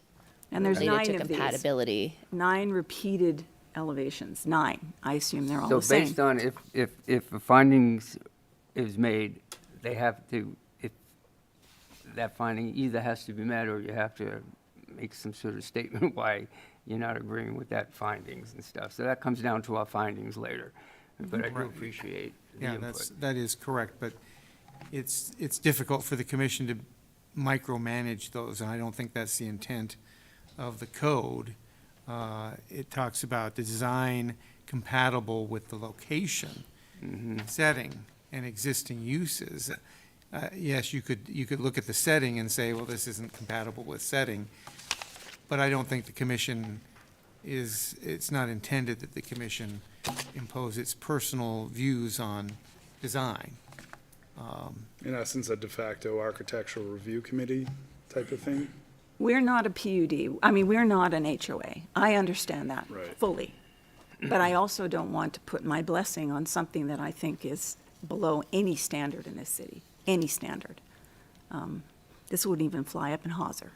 So, yeah, I just, Let's move on. Yeah, Let's move on, but those are my and, 2 concerns. Let's move on, and any more questions, the applicant, so we can have them sit down? No? All right, you'll have a chance to come back and address any questions that might come up. Thank you. I have actually Oh, one quick go ahead, one. Sarah. Do you have an approximate price point that they're shooting for, like a range even? Sarah, you I know, know. that's That's hard. I know it's hard. We have bounced around the idea, sub 4 for the 2-car, trying to get it even down to mid 3s, and something below that for the 1-car garage. It's, That you know, statement building being materials said, are all over the place right I now. understand that, Yeah. just a rough. Yeah, I guess. appreciate that, but again, the word affordability goes around, and I've been an opponent of this for a That's long why time. I didn't use it once in my It's- presentation. Let me finish. I appreciate what you say, what you like to get to, but what reality is and what we hear a lot up here are 2 different things, so I appreciate that input, but thank you. Okay, we're gonna move on to the public testimony, and I'll call your names off as they're on the sheet here. The first person is Tom Hungerford, and he is opposed and does wish to speak.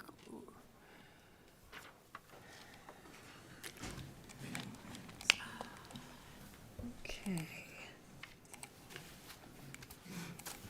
Okay, and you can toggle back and forth that way if you'd like. There you go, and just speak to the mic. Okay, perfect. Okay, Tom, I'm just gonna swear you in. Do you solemnly swear and/or affirm that the testimony you're about to give is the whole truth, nothing but the truth, so help you God? I do. Go right ahead. You have 3 minutes, I believe. Can I ask for a little leniency on the time? It all depends on how much leniency you want, but 2 we'll hear minutes, what you 2 have. I extra usually minutes. cut it off after 3 minutes, or about 30 seconds, 45 seconds, because there's a Okay. number of people here, so Okay. hopefully you can get your point across. Thank Okay, you. I'll try. All right, so I want to just talk about the neighborhood. First off, what is a neighborhood? The neighborhood is the people.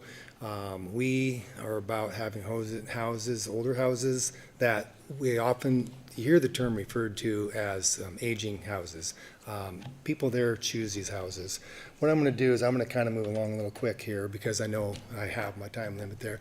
So what I want to do is point out here that what they're proposing to do, this is what it looks like, and you've seen it from what they've shown as well. But the lot sizes that are around that property, they're an average, there's 14 of them, they're an average of 0.68 acres. These are gonna be a lot size of 0.08 acres. That right there goes right into the compatibility thing. So I wanna touch on that, because that was brought up. Right here, finding B8B, the design and planning of the site is or is not compatible with the location, setting, and existing uses on adjacent properties. Well, by the description right here, it describes that it is single, large lots, And it does touch on the fact that there is pocket housing and duplexes to the west. Well, this was discussed a lot, and I want to point this out because I have the number. How many duplexes are on the west side? 17th, there is a dividing line, and it is a clear dividing line. There is 113 duplexes, pocket-style housing on the west side. You go to the east side of 17, and there's only 14. So that side of 17 has been untouched. It has been left alone. It has just, not what he is referring to as far as the density and stuff. Now, because of that, you can see clearly what's surrounding it, it's not compatible. It doesn't fit at all. I'm going to have to move along here because I know that this is an example showing one time here in Coeur d'Alene, this happened, Lunsford, over by Costco. There's what it looks like from the front. This is a sample of what that could potentially look like. This is looking at it from the back. So right here, as he said, we met with him. There is another option. The third or fourth option has not been discussed. We proposed to them in February. They put 5 or 6 single-level homes on that property. They can still make money. They can fit the neighborhood. The lots will be 0.29 acres as compared to the 0.68 acres that surround it. And it would be 125 by 100-foot lots. This is an example over on Willow and 19th. I drew the line, kind of the same lot design, looks sort of like that. Right here, we have a choice. Do we want this? Do we want that? Or do we want this? This is our neighborhood. This is compatible. This fits. That's the big thing in all of this that we're talking about, is does it fit the surroundings? It does not. We've talked, once again, I'm pointing this out, we've talked about price points and things like that. The market is changing, and I don't know exactly where he's going to wind up, but I do know that there are houses for sale right now currently for about $425,000. So there is comparable housing out there available. Thank you. I didn't get to touch everything I wanted to, but I appreciate the time. Thank you, Tom. Appreciate it. Jan Huggerford is opposed, do not wish to testify. And if you change your mind and you check no, you're more than welcome to come up. Rick Rainbow is opposed and does want to speak. Rick, I'll just swear you in. Tell me your name and the city you live in. My name is Rick Rainbow, Coeur d'Alene. Do you solemnly swear and or affirm that the testimony you're about to give is the whole truth, nothing but the truth, so help you God? Yes, I do. Go right ahead, Rick. All right. I live at 1801 East Gilbert. This PUD, I'm the eastern border of it. Mm-hmm. So I am adjacent to it, my definition. Anyway, one thing Jeremy never did address in this presentation is what he's going to do with the snow in this place. When he did this last August, he showed a snow storage against my property line and one on the north end of the fire truck turnaround. Now, it doesn't show either of that on his new lot. He doesn't put it in the open areas on the south side. He's got 22 parking spots. He's either going to have to plow them in or plow in everybody's driveway who lives there. I don't think the homeowners association will like that.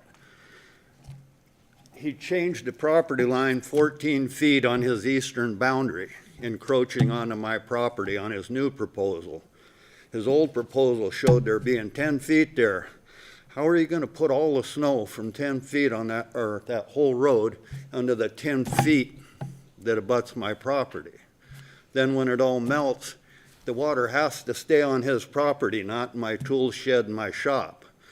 So I don't think he's addressed at all where the snow is going to go. That's a personal one. There's lots of good reasons why not to do that. I wanted to bring that one up. I don't get his math on the parking spaces. He added those this go around because it was not good last time. If you got 9 places with 3 off-street parkings, that's 27, and he says 22 on street. That's 49, not 54. And it says right in here that stormwater contained on site, but I don't see how he's going to do that. Another thing with the parking, his proposal allows for 22 parking spots on his private road, but at the expense of on-street parking for a public road for everybody who lives on 17th Street now. Those people park there every day. They'll lose that if he gets this. Why would they want this? And as Tom said, all the houses around there are big lots. I have an acre, my neighbors have acres, and to put this in there, whether they're duplexes and stuff, and to get back to aesthetics, what happens on a twin home when you need a roof? You do your half, neighbors do their half, you paint your house green, they paint theirs purple. I mean, I don't get it. Anyway, my time's about up here, but he came with a bad idea last year and it got turned down for a lot of good reasons. He come back with a watered down plan this year that's still a bad plan, and I hope you turn it down for all the same reasons you're about to hear from everyone else in this room. Thank you. Thank you. Patty Rainbow, you're opposed and did not wish to speak? No? Okay. Derek Driggs, in favor but didn't indicate whether you wanted to speak or not. No? Okay. Shelley Costco is opposed, do not wish to speak. Okay. Mike Buzga, sorry if I pronounced your names wrong, is opposed, do not indicate if you wanted to speak. No, thank you. Okay. Kevin Jacobson, opposed, do not wish to speak. You'll change your mind? Okay, great.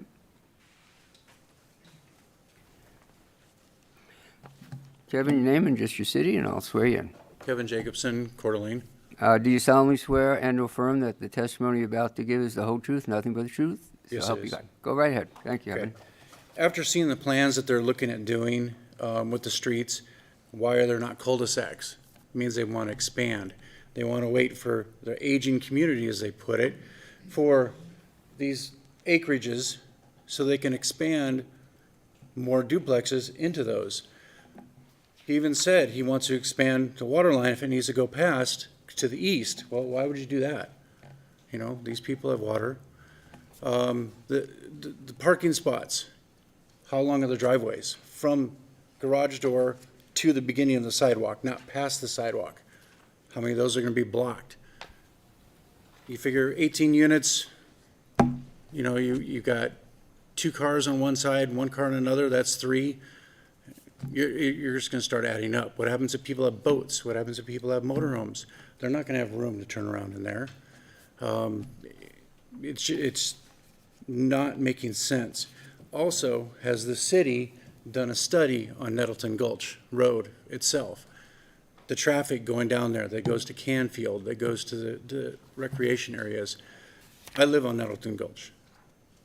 There's traffic day in and day out. ATVs, motorcycles, off-road bikes, bicyclists, hikers, people in the neighborhood walking up and down that road, people with their trucks and trailers going up there to enjoy it. Coming back to go onto 15th Street. 15th Street's getting much, much busier. I've been in law enforcement for 28 years. I'm still in law enforcement. I'm still doing it. Trying to turn on to 15th from Nettleton Gulch is chaos. Steiner, same way. Gilbert, same way. Is the city going to put a traffic light there? Okay. The other issue is 17th Street is dirt. And they were talking about paving 17th Street. Well, is property from either side, east or west of 17th Street, are they going to take property away from those folks in order to make a road that's not a single road or a one-way road? You know, then you've got the water flow that's coming down. It's going to go down onto 17th Street, and it's going to go into these people's yards. It's going to go into these people's basements. It just does not make sense on what they're proposing, you know, parking on one side of the road and taking away a sidewalk. But it's a private road, but they're opening it up to people to use the park. Well, like you had said before, the access to that park. There's just so many negative things that are not making sense on this, and the road is the biggest thing of inside the community. Why is it not a cul-de-sac? Why is it just a straight road? They want to expand when these aging houses or people pass away and they start buying the property around it. Thank you for your time. Thank you, appreciate it. Megan Jones is opposed and did want to testify. I don't know if I pronounced your name right at the end, but just give me your name and your city. Megan Johns, Coeur d'Alene. Johns, okay. Do you solemnly swear and/or affirm that the testimony you're about to give is the whole truth and nothing but the truth, so help you God? I do. Go right ahead. Thank you. Okay, thank you. I'm the owner of the 0.9 acre parcel abutting the northern boundary. So 1 year ago, I did comment in the same format on a very similar proposal. After listening to the presentation today, the main difference for me is instead of 5 units on my back fence, I'm looking at 4. Not much benefit there for me. It is lower density. I think that has a lot more to do with penciling in and meeting requirements than it does with listening to neighbors about what we want. I do still have some similar concerns. I don't think the proposal is compatible in terms of the structure type or the lot size. I think anyone from our neighborhood doesn't really look close to 15th Street. That's a dividing line that you only cross in a car because it's so busy. We're an active neighborhood. We enjoy our large lot sizes, our single-family homes with mature trees. We like them standing on the lot, not laying down in a mess, if you remember that from last year. This proposal is a pretty drastic change overnight. Last time, we did hear a lot about affordable housing. We didn't hear about it as much this time. It really sounds like we can't control that, or you guys can't control that. I talked to your city staff about if we can control price points to bring that benefit to the community better, but I'm not seeing that as an option. These units clash already, and I really see the potential for investors to acquire them as short-term or long-term rentals. Again, I'm told by the city staff we can't control or mitigate that in any way through this process. This is a big risk. I'm not worried about single-family homes turning into rentals. I am worried about twin homes and duplexes doing that. And we had one meeting with the owner of the parcel back in February, and in our one sit-down, he said he'll buy to whoever sells, direct quote. So again, we're not hearing as much about affordable housing this time, but I don't know that we can really prevent this from turning into a rental situation in my backyard. I expect a fair amount of increased noise, traffic, lighting, and packed-in neighbors that will really affect our quality of life. It's a drastic, drastic change. So we ask that the property be developed at least to match the density of what is already allowed, that R12 zoning, at least match the density. I would love them to really actually take a harder look at single-family homes on larger lots. They're gonna sell in our neighborhood like hotcakes, super easy. It'll be profitable and it'll be compatible with what's around it. Again, I'm the 0.9 acre single-family home abutting to the north. If this proposal does pass, I do ask that you guys, if you can, find a way to have the developer and the property owner work with us as neighbors to mitigate this, to just keep our quality of life, because I moved here for this lot. I didn't move here for 5 new neighbors on the back lot of my fence. Thank you. Thank you. Jenna Hay-Enger is opposed but did not indicate if she wanted to speak. David, I can't make out your last name, pal. Patson? Patson. Oh, Patzer. David, I'll just swear you in. Do you solemnly swear and/or affirm that the testimony you're about to give is the whole truth, nothing but the truth, so help you God? I do, sir. Go ahead, David. Sorry about your last name. Thank you, Chairman Messina, members of the commission, city staff, fellow citizens. Thank you for this opportunity to have civil discourse in the public venue. Thank you very much. I live just to the east on Nettleton Gulch Road. I'm a little bit late to this party. I wasn't here for last year's round one, but because our neighbors have reached out and become more of a community, what affects people in this neighborhood affect me certainly. Having Nettleton Gulch being the primary arterial we use to get back and forth to our house. I'm opposed to 2 things. I do not like PUDs. And what I know, that's the trade-off for allowing exceptions to the rules. So the city, in this case, goes out and gets a block of 17th Street paved, okay? And also the developers come forth and said, we'll give you, 12% open space, and we'll make it available to the public. I point to Belle Reeve down at Riverstone, and I served on the Park and Rec Commission at the time that we were putting together the Riverstone Park down there, and I can remember the concessions that the developers down there gave to the city, and it was primarily riverfront access. There's a boardwalk that runs along all of those high-priced properties on the river that is kept open to the public for perpetuity. And my wife and I drove down there last night, and everything that's down there, those neighbors do not want the public down there on this boardwalk in front of their beautiful homes. You've got temporary speed bumps down there. You've got all kinds of signs that tell you private property, no overnight parking, private roads. So they're saying basically it's open to you, but stay away.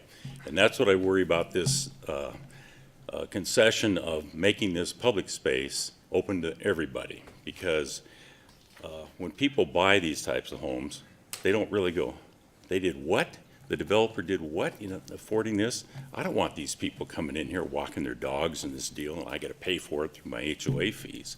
So there's an immediately resistant to the public benefit, quote unquote, of these type of PUDs. And I know you can't legislate that too much with deed restrictions and that sort of thing, but the HOA can certainly, restrict it down and make it very difficult for that aspect that's been conceded to the public as part of the deal to be taken away or minimized. So that's why I don't like PUDs. The second thing is there hasn't been a number thrown out here tonight that I think needs to be. It's number of bedrooms in this particular development. I think the number of that is 54. If you take 3 bedrooms times 18 units, because they both sides have 3, that's 54 bedrooms. I, as an investor, go, hey, for 350 or whatever that magic number is, I can buy a place that can generate maybe $2,500 to $3,000 a month in rent. Okay, well, what happens in those scenarios? You can drive to any neighborhood. Go ahead. You can drive in any neighborhood and you see people got so much of their crap in their garages, they're parking out in their driveway that approaches. In this case, they'll be parking with the back end of their oversized cars on the sidewalks, and it'll create a real congested nightmare. So, thank you. Thank you, appreciate it. Amber Hicks, opposed, did wish to speak?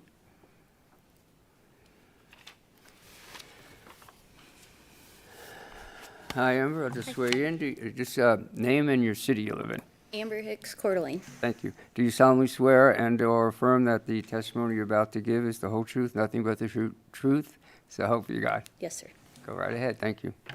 My name's Amber. I live on Gilbert Avenue. I spoke at the last hearing in August. I am one of the, I guess by our definition, adjacent lots down at the bottom of the photo here toward the left.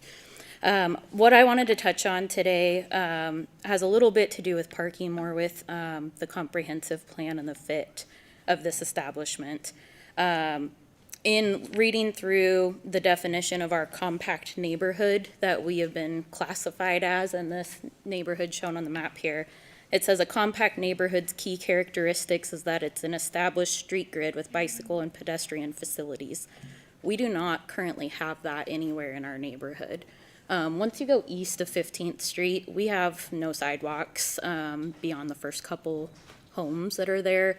Our kids play in the street. We have basketball hoops by our driveways. Just at the corner of 17th and Gilbert alone, we have 10 or more kids that are elementary age and younger surrounding that corner. This is where they ride their bikes. This is where they play together.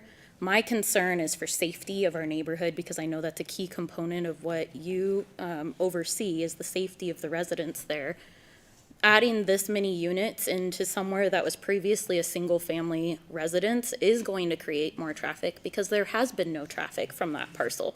So when they say it's a minimal impact, but you're adding 18 three-bedroom units with potentially 54 people or more living in there, that's going to be at least 2 cars, maybe 3 per unit that are coming in and out of there at school time, work time, dinner time, and they all have to funnel through my intersection. Why? 17th Street in this area is an alley. It is not a street. It is barely large enough for 2 vehicles, often crowded by residents needing to park in front of their own homes, adjacent and abutting this property to the south. And my concern is that when they all funnel out my direction through an unregulated intersection with no stop sign there, that kids are gonna be at risk, the safety of our neighborhood's gonna be at risk. Also, the traffic that does frequent it right now is not cars, it's walking pedestrians, people with their dogs, it's kids on bikes and bicycles, mountain bikes going to and from the end of Nettleton Gulch. All of that will be severely impacted by the traffic flowing out of this. Yes, it can be a great infill opportunity, as they suggested, if it had wider streets and sidewalks allowing for the inflow and outflow of traffic, but like I said, it empties into an alley. Other similar projects to this are occurring in our area, but they are west of 15th Street, not east, and the ones that have been added at the very end of Gilbert by 15th are short-term rentals. They have been turned into Airbnbs, previously single-family residences that were allowed to put townhomes or twin homes, and we see a constant influx of U-Hauls in and out of there, and they constantly block the street and block our intersection and park all the way up to the stop sign, further endangering the kids in our neighborhood. So to conclude, I would just like for that to be pointed out, and if I may, just one more quick thing. In your community and identity goals, CI2 and CI3, that talk about maintaining a high quality of life for residences that make it a great place to live and visit, a small town feel, striving to be livable for median and below income levels, including young families like myself. The price ranges that they've thrown out are going to be snatched up by investors. We've already seen that happening on Gilbert in the 4 years that I have lived there as a homeowner. So that sounds great on paper, what they're proposing, but it's not gonna be young families like mine that are buying those as starter homes, and they will become short-term rentals like everything else has at the end of our street. Thank you. Thank you. Adam Hicks is opposed and you did not wish to speak? Oh, okay. Shirley Freeman, you did wish to speak? No, where are you? No, okay. Mike Oliver, again, you did wish to speak? Oh, there you are. Again, I apologize if I didn't get your last name right. That's okay, I didn't write it very well, did I? Okay. Do you solemnly, give me your name and the city you live in? Mike Oliver, Coeur d'Alene. Hey, I got it close. Do you solemnly swear and/or affirm that the testimony you're about to give is the whole truth and nothing but the truth, so help you God? Yes, and maybe some opinion. Okay, go right ahead, Mike. So, I was on the fence on this because I support private property rights. I appreciate that greatly. And I came here with an open mind, trying to listen to see what the problem's going to be or what's the challenges. I live, I guess we could, by that term, adjacent. I'm on Haycraft, so I'm adjacent. And I want to say that I'm opposed to this now. When I hit that door, I was undecided.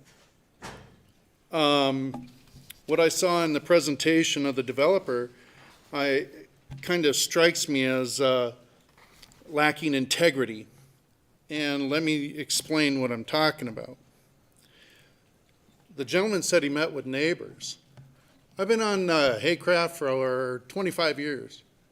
Nobody came to my door. Nobody sent me anything that I saw. What neighbors are being impacted have not been communicated with at all. 17th Street is too small. According to their own map he put up, their development is going absolutely right to the street. How are you going to widen that? How are you going to make that safe for the kids? And kids are riding up and down on that all the time. The density was misrepresented on the map when he put the 6 squares of 10 acre squares. You remember that? He said the density is very uniform here. And then when he showed the strip of homes, that doesn't match. He's using a current state to show density equality and proving that future state is going to meet it. I think that's a misrepresentation. And as far as infill, I'd just like to say the way that this is going, this infill manner, will more or less impose an urban sprawl into my home community. These are single-family homes for the most part. The multifamily home that's on Haycraft, up until 3 years ago, we've had nothing but problems but drug addicts in that duplex until it was finally sold to somebody who wanted to live there as a single-family dwelling. For 21 years, my next-door neighbor, well, I can't say 21, he's been dead for a while, Larry Mills, he was a surveyor, great guy, God rest his soul. He and I used to patrol our neighborhood, getting the license plates off of cars that were running drugs back and forth. I don't want to see that anymore. We just got rid of it. We don't need it again. That's all I have. Thank you.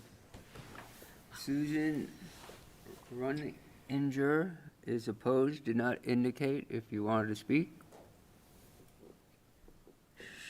Shannon Sardell is opposed, and you do want to speak. Just your name and city you live in. Shannon Sardell, Coeur d'Alene. Do you solemnly swear and affirm the testimony you're about to give is the whole truth, nothing but the truth, so help you God? I do. Go ahead, Shannon. Thank you. You're welcome. My property is 1806 East Nettleton Gulch Road. It is the property just to the right of the subject property's bubble there. So I am adjacent, and my property does abut this proposed development. The south side of my property will be directly affected by this proposal, and I am opposing the current plan for the 18 units.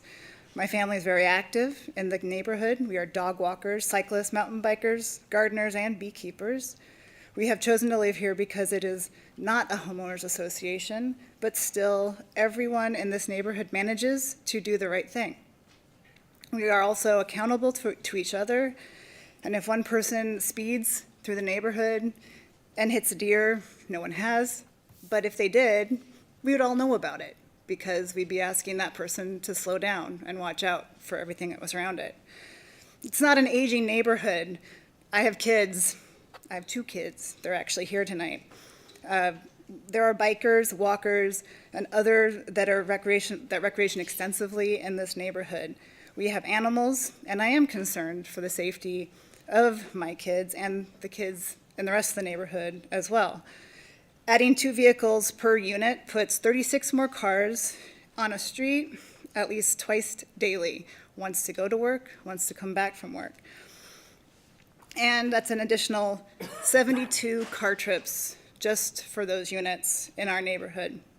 Quite frankly, I think that's a conservative estimate on my part because I average about 4 to 5 trips a day in and out of Nettleton Gulch. Many households have more than 2 cars, and if these are 3-bedroom units and they do become rentals, usually each person will have a car. Because these are not areas that are serviced by the bus service. We don't have service down 15th Street. And there are no real walkable amenities in this neighborhood either, except for Nom Nom Gas Station. I'm concerned also about the density in that 6 squares that were presented tonight too, because what they showed is actually doubling the density of our current neighborhood. Another thing about the presentation, there will only be 27 off-street parking spots, and those would be in driveways, and that wouldn't account for the number of vehicles because everybody knows we store stuff in our garages. And that would also limit the snow, as everybody's been addressed as well. And the last thing, it's a high-density design. See, the proposed 18 units in the middle of a single-family neighborhood just doesn't fit. It's out of context with its surroundings, and it's slicing a fantastic community, half on Best Street, the other half on Nettleton Gulch, in half. The community sends their kids to the local schools. We participate in local festivals and celebrations, volunteer on commissions, and we pay taxes. It doesn't create community unity. I think it actually would separate us more. Thank you. Tom Renier is opposed, did not wish to speak. Elsie Bell, opposed, and you do. Oh, come on up. Just give me your name and your address. Or not Elise- your address, the city you live in. Elise Bell, Nettleton Gulch. Please spell. Coeur Do you d'Alene. solemnly swear and or affirm that the testimony you're about to give is the whole truth, nothing but the truth, so help you God? I do. Go ahead. I'm 16, I'll be 17 in a couple of months, and I just got my driver's license.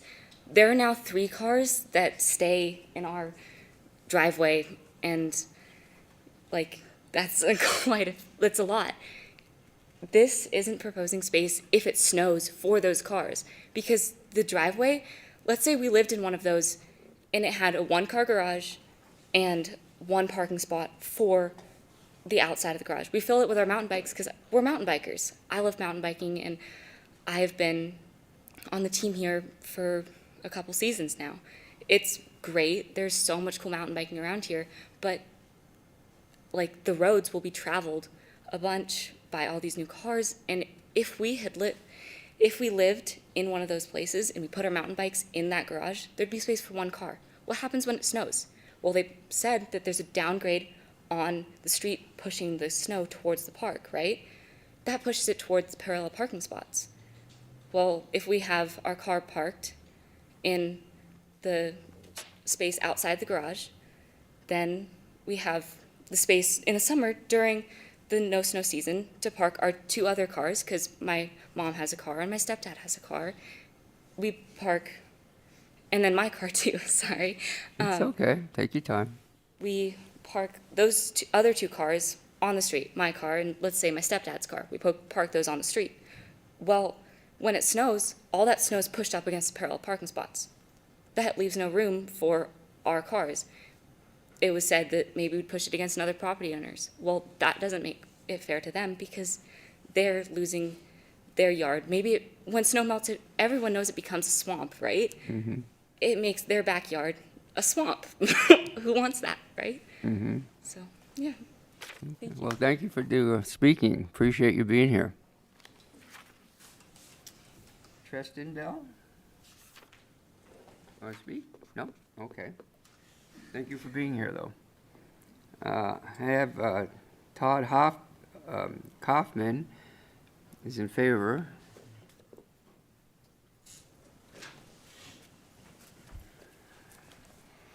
Hi, Todd. Just give me your name and the city you live in. Todd Kaufman, Coeur d'Alene, Idaho. Do you solemnly swear and affirm that the testimony you're about to give is the whole truth, nothing but the truth, so help you God? Yes, I do. Okay, go right ahead, Todd.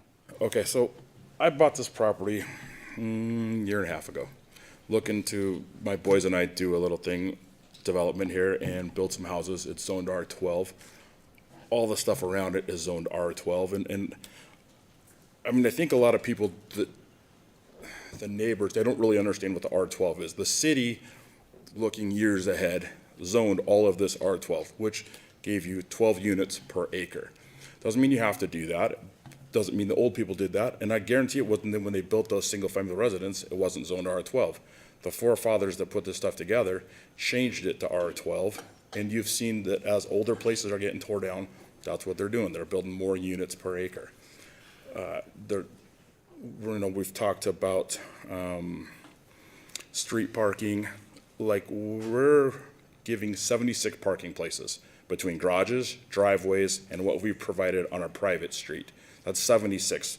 I think we're only required 36 off-street, which off-street means off the public street. You can't count in the public street. We're required 36, so we're given 40 extra parking places in this. You know, you talked about, Ms. Fleming, about the architecture. You're not going to spend a whole bunch of money. I didn't draw it myself. And you're not going to spend a bunch of money on this architecture, which isn't what we're here to approve anyway. That isn't what it has to look like. We tried to come up with a different change. It's the same floor plan design basically that we had before, because we have a footprint, and that's all we're here to figure out is what the footprint is. The architecture stuff has to go through the city later. So that wasn't like what we're here to approve, that architecture. That's not what, I'd spent very little time even looking at it. I let her look at it. That's a shame. You know, It's a well, selling that's point. not what I'm here for, right? Yeah. Are you the architecture design committee here? No. Let's not have a dialogue between just. Yeah, no, I'm not. I mean, that's not what we're here for. So I didn't really spend a bunch of time, let's redesign this and redesign this. We got to get to the finish line before you're worried about architecture, or we are too. You know, I heard talk about traffic. I mean, the city has told us how many what they would recreated. We didn't tell them how many people are coming and going and what Jeremy came up with. That came straight from the city. We talked about snow storage. There's a swale along the south side. The street side swale. That's where your snow storage goes. And the swale is a depression. There's 208s. There's dry wells involved. You have to maintain your water on your site. That's all stuff that we're talking about. That's not really what this is for, because the civil engineers and the stuff that gets approved by the city, they make sure that we have a place to put snows in there. You talk about a cul-de-sac. That's not for me to decide. That's what the fire department wanted. They wanted a hammerhead at the end of it. I didn't change it so that I can develop and go to the east more. I wasn't looking to, I just saw a piece of property. I'm like, hey, this would be neat to do something with my boys. That's what it came down to. And I have employees that are looking for houses all the time. And I didn't want to build rental houses. I have a few rental houses, but I was trying to do something that I could sell and make it more affordable. And that's where the twin home design came from. That's all it is. So anyway, I appreciate it. Thank you. Appreciate it. Carrie Gutman is opposed but did not indicate. No. I can't make out the first name and the last name, perhaps Johnson? Johnson, Texas. Is opposed Teresa, maybe? Teresa? and did not wish to speak. Okay. Dylan Kaufman is in favor and did not wish to speak.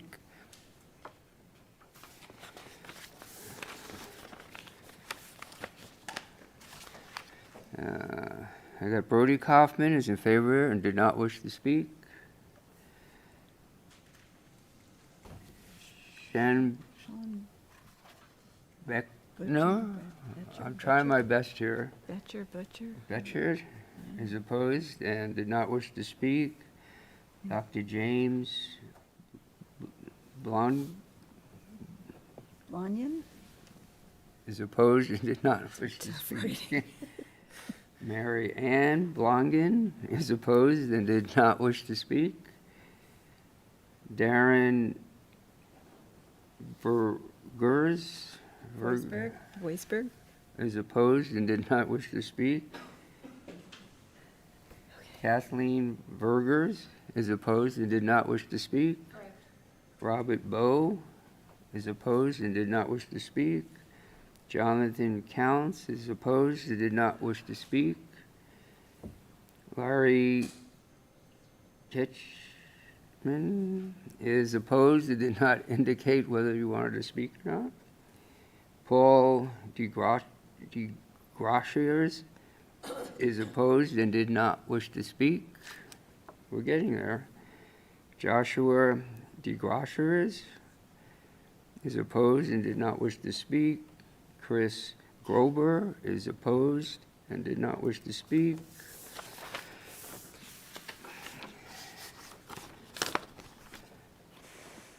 Donna Luft is opposed and does not wish to speak. Brian Luft is opposed and does not wish to speak. Veronica Hazard is opposed and does not wish to speak. Keith Clemens is opposed and does not wish to speak. I can't even make out this last one. I think you wait. Mr. Chairman. Yeah, sure. Come on up, Keith. Let me see.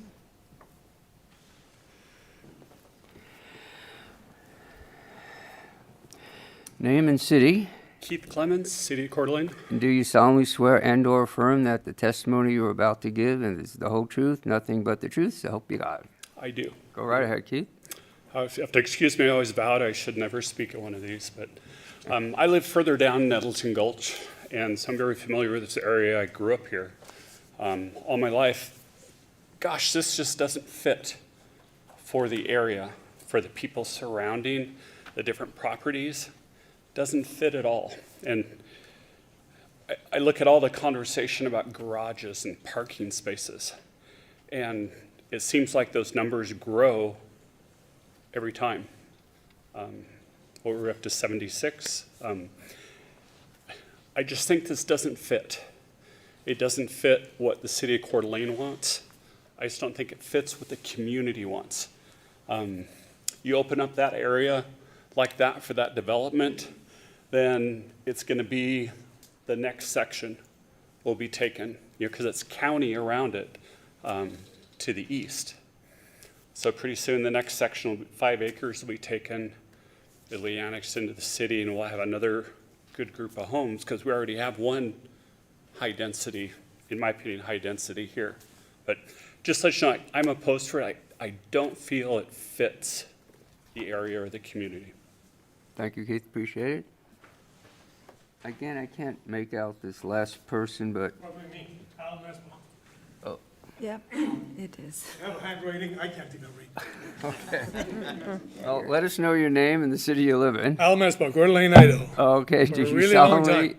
do you solemnly swear and/or affirm that the testimony you're about to give is the whole truth, nothing but the truth, so help you God? I do. Go right ahead. Pardon me, I have to move. That's just the way I am. So, here's the thing. As the gentleman before me spoke, we keep talking about these details. It's absolutely. Hopefully they can It still will- hear you. Trust me, they will hear me. Okay. I used to be a professor. No, we can't. It's a directional microphone. It won't follow. Well, too bad then. Anyway, I have to move. That's just the lecture. Anyway, so here's the thing. We have done this before in town. We have seen this before. We know exactly what's going to happen. All of these units are going to go to investors. All of them will be rentals. What will happen is we will have parking issues because of the cost of living around here. These 3 bedrooms are not going to be a family. It's going to be 3 single people that are going to share.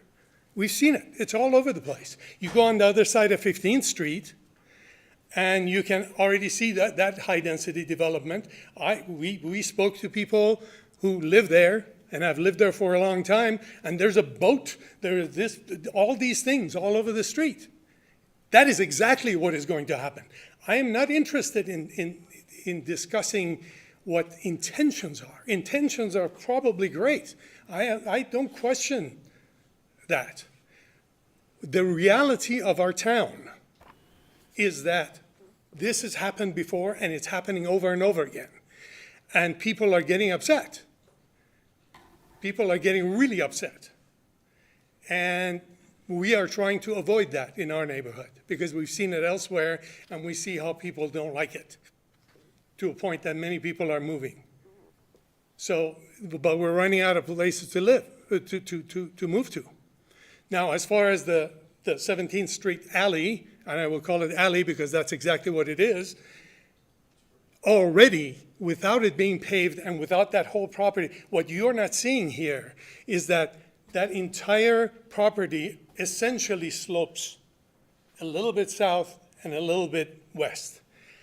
When this plan is basically paving the entire thing, with very few exceptions, it's going to be a roof, asphalt, concrete. It is going to shed water. Already, with that thing being all wild, 17th Street turns to a little small creek when we have hard rains.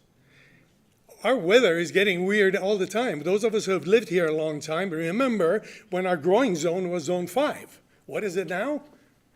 6B, which is near 7, which is what California is. We are already changing. Our weather is becoming more extreme. We are going to have hard floods, and it's going to flood all those houses. They're already getting flooding in their basements and in their yards. This is already happening.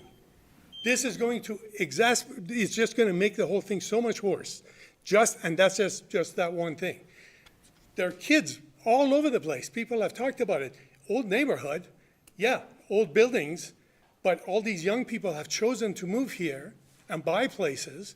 These old houses, because they're wonderful. It's an awesome neighborhood to be.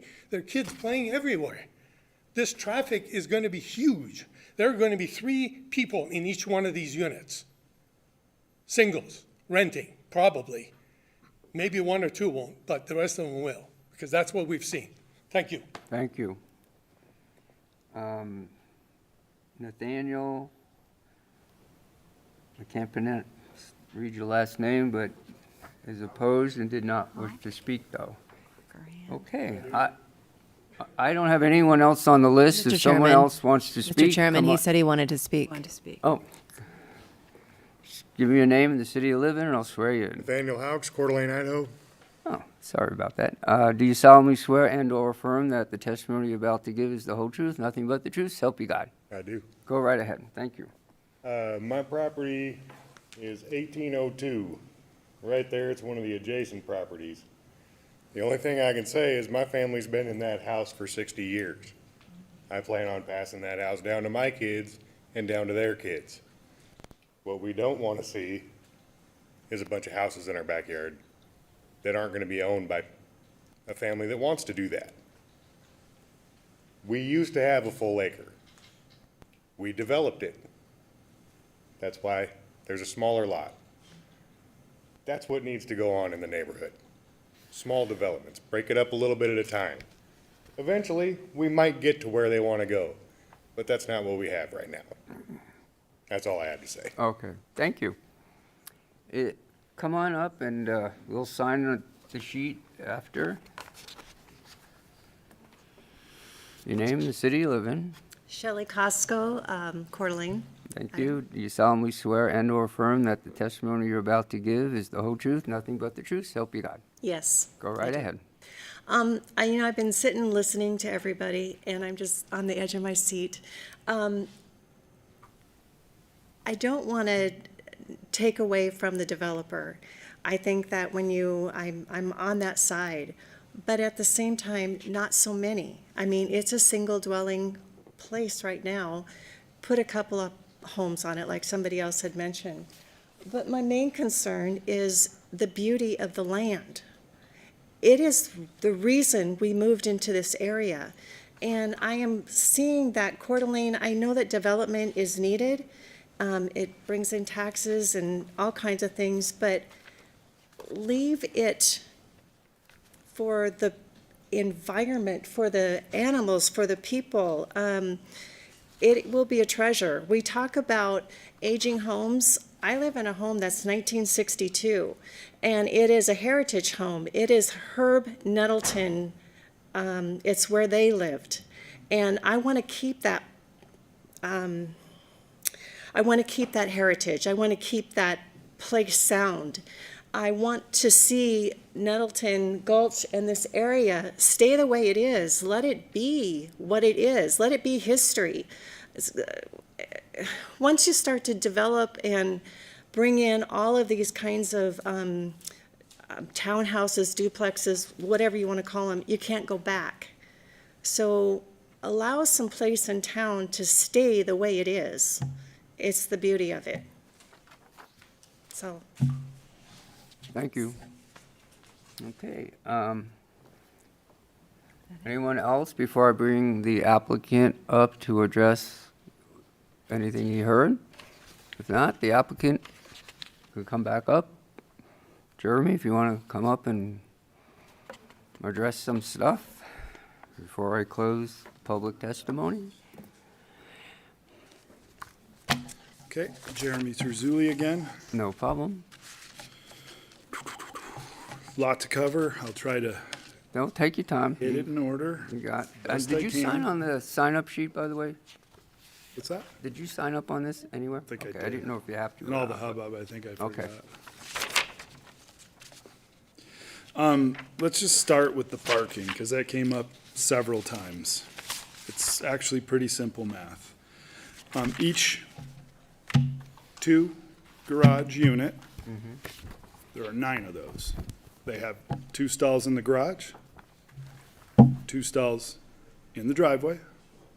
Each 1-car garage unit has 1 in the garage, 1 in the driveway. Right? So we got 6 times 18, or rather 9 structures for 54. That's 54 not on the private street and 22 on the private street, which by my math is 76. Correct. Right? So I'm not hiding the ball here. I'm not being disingenuous with my presentation.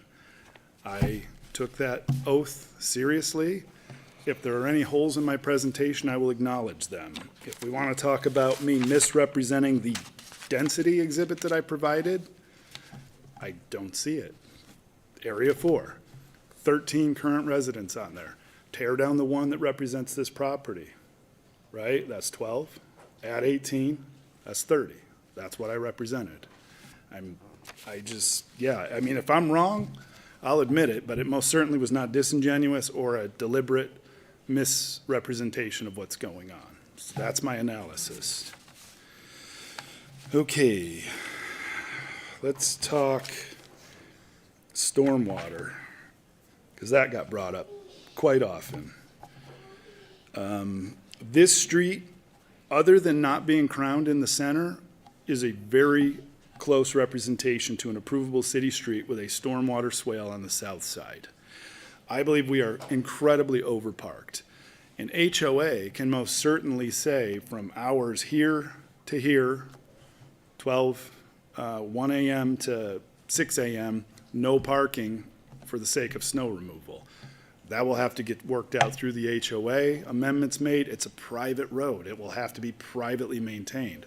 Some guy in a plow truck will come and clear it out, and they'll have to work through those issues. I don't see them plowing in a bunch of people.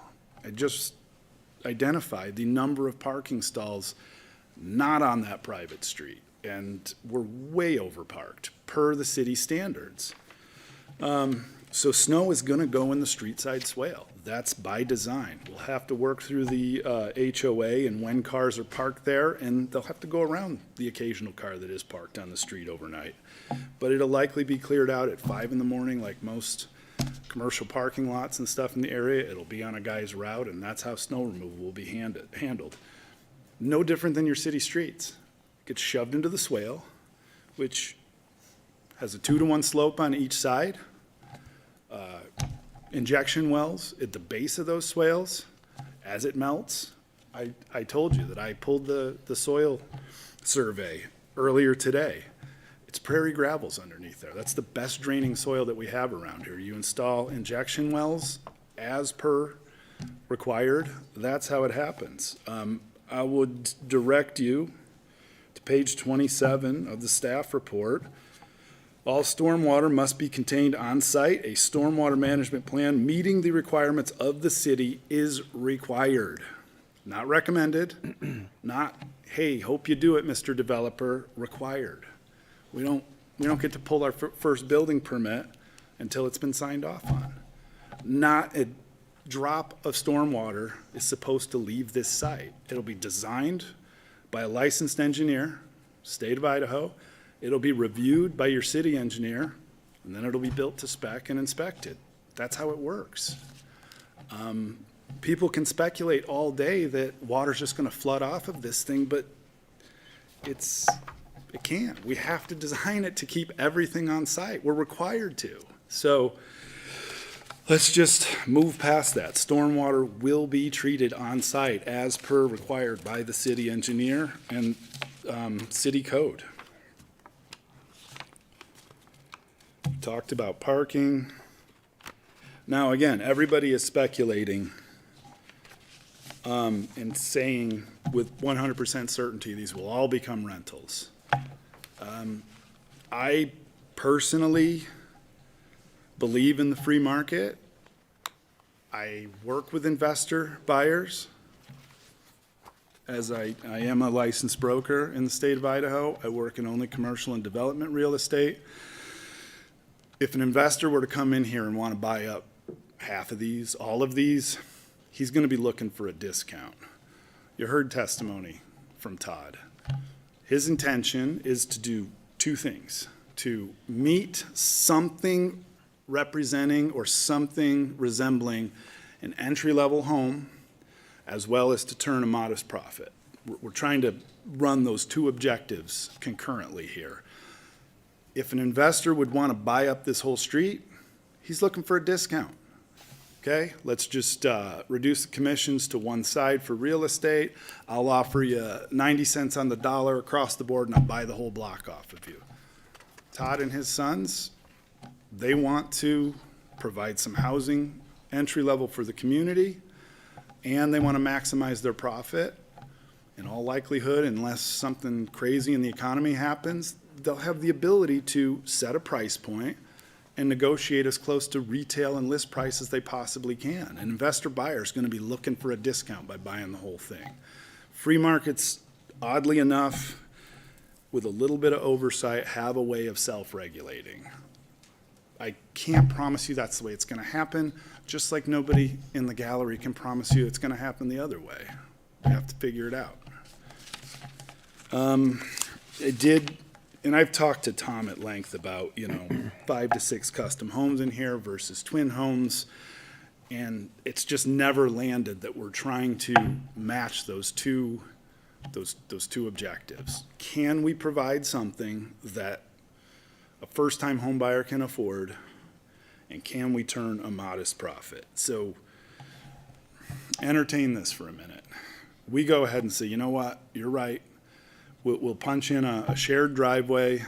We'll pave it. We'll put in five customs here. You're into the land, roughly about $950,000 at this point in time. We're going to do some more design work. Let's just, for round numbers, say $1 million. By the time before we're ready to stick a shovel in the ground and start pulling some infrastructure, we still got to pull the water line. We still got to pull the sewer line. We still got to do the street side swales, the injection wells, the sidewalks, the curbs, the gutters, potentially, most likely asphalt. You're into infrastructure, 500, 600, 700,000. That's a ballpark, but I bet you I'm within 10%. Each one of these lots, before you stick a foundation in the ground, is now a $325,000 lot. Take a 3,000 square foot home at $200 a foot, which is sort of the middle range right now. Rosenberger's at 300, Selkirk's at 300. Now you're up to 600,000 plus the 3 to 350 for the lot. Maybe you add a shop option. Then you got to pay real estate commissions and closing costs. These are list price are going to go 1.2 roughly. That's roughly where the numbers are at. These are going to hit the market at 1.2 to 1.3 with the ability to try to negotiate. Still a profit margin there. Whether or not they sell in this area, I don't know. I'm not intimately familiar with this area as the other residents are, but I think they probably would. So now we got 5 custom homes here, and I know the testimony from all these people saying, I'll never sell, this is where I want to die, I want to pass it down to my kid. Let's say a couple of these larger lots, the house becomes uninhabitable on those, or the same situation that happened on this lot. Older person dies, leaves it to the kids, they now live over in Washington or somewhere else, call up a realtor, and they say, let's just list it, let's just get rid of it. They got an acre and a half, let's say. That realtor is going to point out in the marketing material, R12 zoning, developers, bring your, possibilities are endless, allows up to 12 units per gross acre. They're going to hammer in on the fact that redevelopment of this piece is right there for the taking. Now you got these 5 customs up here that just got built 4 years ago. They're going to turn around and fight that guy. And then you get where I'm going with this? It kind of becomes this snake eating its own tail. At some point, redevelopment is going to happen. The framers of the comprehensive plan and the people that implemented the zoning district here seem to have recognized that this neighborhood is going to redevelop as houses become tear downs. That's the vision here. When it happens, I don't know, but that's why it's zoned R12. That's why it's tagged as compact neighborhood in the comprehensive plan. And maybe the timing isn't right, but I just wanted to bring that out there. So, because I've thought about it, I didn't take it lightly. When Tom and I talked multiple times, I'm like, I hear what you're saying, but hear what I'm saying. And he did hear what I was saying. And we just went round and round and round. It's a conundrum, community-wide. My biggest fear in this community, like so many people, I think because of what I do, tag me as pro-growth. I'm probably one of the most anti-growth people in this room, oddly enough. But I'm also pro-reality. And the reality is people are flooding to our area.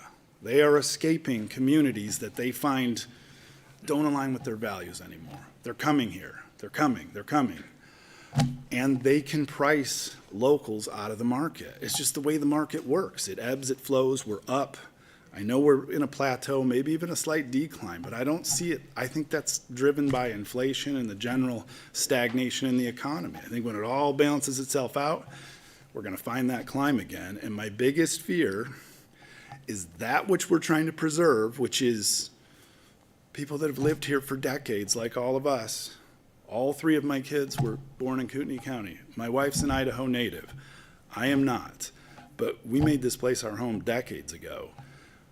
Are we going to price the next generation of Kootenai County residents out of the market and thus lose quicker that which we're trying to preserve? And we're just going to roll that demographic to people that can afford it and export the people that can't. Like, I've thought this through for years now. I keep trying to find an answer.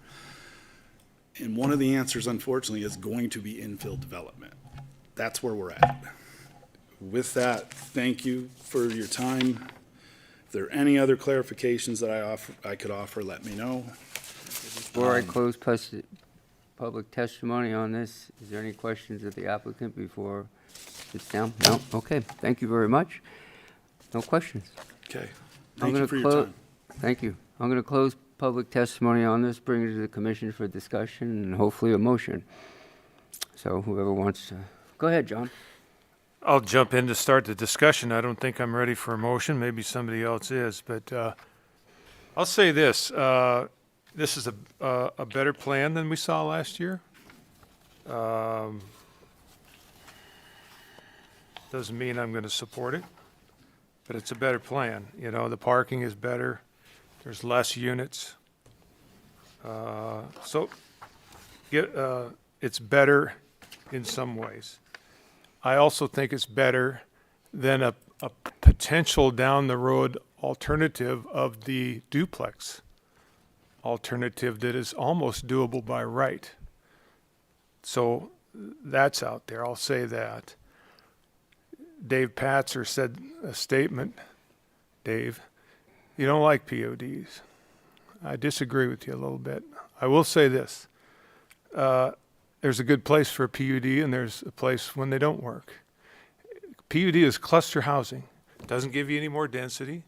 It just takes a given allowable density. You cluster the homes here to create open space there. And sometimes it creates a really good solution. And I think the real test of a PUD, as I would look at them and shine it through my prism, is whether a PUD results in a better solution than if you developed it conventionally by right. And in this case, I struggle there. And the reason I do is, you know, it's kind of, PUDs are also like weather. You know, have you ever watched the weather and they say, well, it's 70 degrees? But the real feel is 55 because it's raining and it's windy, you know. The thermometer might say 70, but it feels like 55. You know, this meets the gross density. It's actually less than allowable density. 18 units rather than 27 allowable. But you really can't really fit them with a quirky site. You really can't fit 27 houses on there. We know that, you know. But when you go to the PUD approach and cluster them all, the real field density, like my weather metaphor, apologize for that, is it feels very, very dense. And people say this is a single-family neighborhood. And not only that, a fairly rural feeling single-family neighborhood. Too many units for a small property. You know, you know, when you look at the layout of the buildings, Tom, I forget the first name, the guy's first name, Humbleford, first came up, did a little presentation. Sorry if I butchered your name. But one of his slides shows it's a pocket housing development, north side of Lunsford, off of a little private street called Martin Lane. He showed a picture of it. They're all lined up like Marine Corps drill team or dress right dress. I mean, the layout of the buildings, the architectural style, and just the effective density, not the gross density, but the density that you're going to see. Even though it's a better plan, I still feel like I did a year ago. Thank you, John. Appreciate it. More comments? Go ahead. I'll jump Mark. in. Jeremy, thank you. First time at this, I did go back and watch it, what happened before, and I do think that there's been, between you and the owner, Mr. Kaufman, I think there's been a sizable effort on your part to try and gain ground and approach the local community in a way that better meets their demands. I'm zeroing in on a few different things, recognizing there were comments about safety. There was comments about wastewater and stormwater, and even some discussions on predicting what the free market's going to look like. As far as safety goes, my assumptions are that this city is not going to approve something that it isn't in accordance with safety policies, stormwater the same way. So in terms of street spacing, whatever that's going to be, it's going to be commensurate with what the engineers find is either safe or in accordance with standards for natural flow of water, so that some of the gentleman's concerns in terms of getting water on your property or other concerns about potential damage from the removal of snow, I think those have been pretty well addressed. But the two that I'm drilling in on, one is has to do with growth and development, and it's recognizing a neighborhood and its district identities. And then the other one is the adjoining properties. And I can't get, as great as that picture looks, when you have the three-dimensional rendering of what the housing neighborhood's going to look like, it just doesn't look like that. And so the challenge is to recognize the growth and the development needs, which Mr. Kaufman, I'm complete support with and totally understand. It just may not be this specific portion of Coeur d'Alene where that's going to occur. There's other areas where I think if you look at a bigger map, where there's a significant effort to do such things that are in accordance with the neighborhood that it lives in or the development that it's currently in. So as much as I can commend you for the efforts, I really appreciate what the people from the community came out to say to help me better understand what the community looks like through their eyes. And I think probably one of the most sizable comments is when you're looking out your back window and you see 4 units as compared to 1. And I think that's a big difference. Thank you. Thank you. Other comments? Sarah? Go ahead. Yeah, I guess some of the same discussion, and trying not to repeat a lot of it, but I see both sides of that. I appreciate the efforts from last year to this year in making some changes, but it is that balance of it's really hard. But that neighborhood integrity is a piece that I just don't know if this is the right spot for that. Kind of the same of the look and feel when you look at what's around. But unfortunately, the buy right option probably isn't something that I would agree with John that I don't know if I like that option either. But that one we don't get to have a say on. So I do appreciate the efforts in making the homes individually owned. I don't think if you're not in that, I sell real estate, so that piece is really important because as a duplex, they would be investor owned. And I really like that was considered. But I just don't know if I can get past the neighborhood character on this one and how it doesn't really fit with the neighborhood that surrounds it. And maybe that it doesn't fit, it's just so drastic between the two. There's just not like a good transition. It's just kind of right in the middle. And there's not, there's a couple little lots on one side, but most of them are an acre, and it's just such a drastic difference between the two lot sizes. But I do appreciate a lot of the effort that's gone into it and coming back. I just don't know if I can get past the neighborhood character on that one. Thank you, Sarah. Appreciate it. Lynn, you have any comment? It's almost all been said. I agree that I think I said it last year, it looked like it dropped out of space into the middle of, more residential, wider lots, bigger lots. maybe it's too soon. Maybe it's jumped and leapfrogged over what will eventually happen.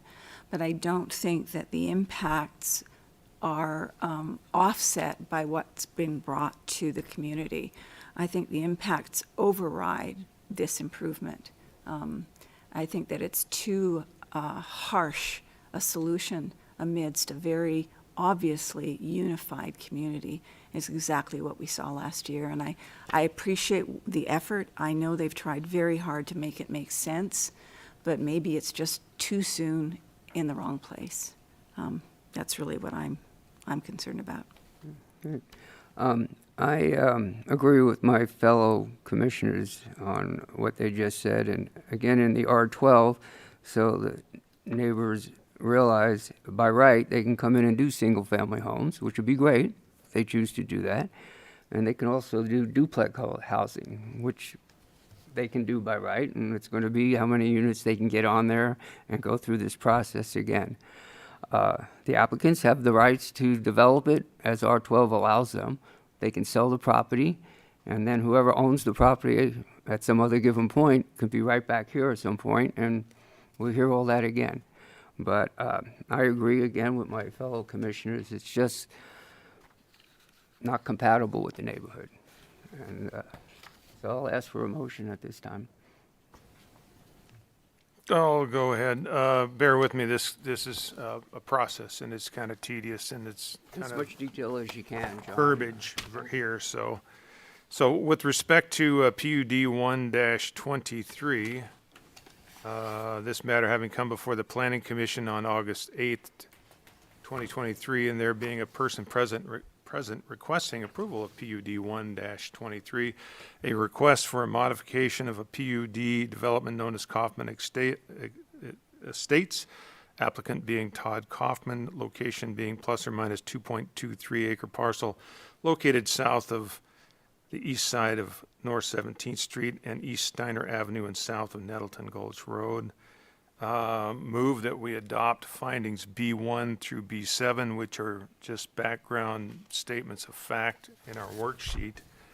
The operable findings start with B8, that pursuant to section 17.07.230 planned unit development review criteria, planned unit development may be approved only if the proposal conforms to the following criteria to the satisfaction of the Planning Commission. So B8A, with respect to the comprehensive plan, the motion would be that the proposal is not in conformance with the comprehensive plan, and that there are several operative elements that that we would look to make that judgment call. One being objective what is that, CI? C1. CI 1.1, the inclusive community involvement that was considered tonight to promote community unity and involvement. CI 0.3, that Coeur d'Alene will strive to be, goal ER1, that preservation and enhancement of the beauty and health of Coeur d'Alene's natural environment. Someone spoke tonight talking about the beauty of the land, and that's to be considered. Objective GD 1.8, that we are recognizing the neighborhood and district identities here and weighing that significantly as we make the comp plan finding. And with respect to GD5, the implementation of principles of environmental design and planning process projects, that one also weighs heavily in constructing the motion that it is not in conformance with the comp plan. B8B, the design and planning of the site is not compatible with the location, setting, and existing uses on adjacent properties, which we learned are those that are near, close, or abutting, and that relates to the density, and I'll say the real field density. after its clustered type, effective density. The layout of buildings is kind of objectionable. Architectural style is not real supportable. The massing of the buildings and the layout of the distance and the deviations that were requested are not compatible with adjacent structures and Single-family properties. homes. Single-family homes. Single-family homes and larger lots. Yes, thank you. You're welcome. So B8C, the proposal is compatible with the natural features of the site. We saw no evidence of any, difficult site. It's relatively flat, and there's no difficulties of, a stream or some kind of rock outcroppings or some, unique site constraints. So the site itself is compatible for what was proposed. B8D, the location, design, and size of the proposal are such that the development would be adequately served by streets, public facilities, and services. The staff report and the comments, the staff report, pages 24 through 27, as well as Tammy's presentation, supports the adequacy of water, wastewater, et cetera. So it's supported by B8D. B8E, the proposal does provide adequate common space. The requirement is 10%. The proposal was 12, so it meets B8E. And B8F, with respect to off-street parking, the proposal meets that. For city standards. Per city standards.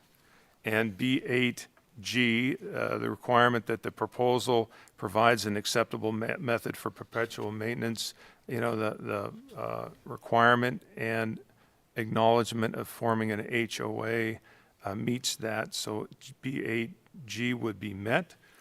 The Planning Commission, as a conclusion and decision, Planning Commission pursuant to the aforementioned finds that the request of Todd Kaufman for the approval of the planned unit development in the application should be denied. A number of special conditions were laid out. I don't think there's any value in describing those. And so that would conclude my motion. Thank you very much. I have a first by Commissioner Ingalls. Need a second? Second. Second by Commissioner Coppice. Appreciate that. And roll call, Shannon? Fleming, Agreed. Ingalls, Agreed. Coppice, Agreed. McCracken, Agreed. Messina. Agreed. The motion does not pass. Appeal process on this, Hillary, is It's 14 days from tonight. from today's date. Okay. And do we need to do SP-5-23, make findings for that? No. Okay.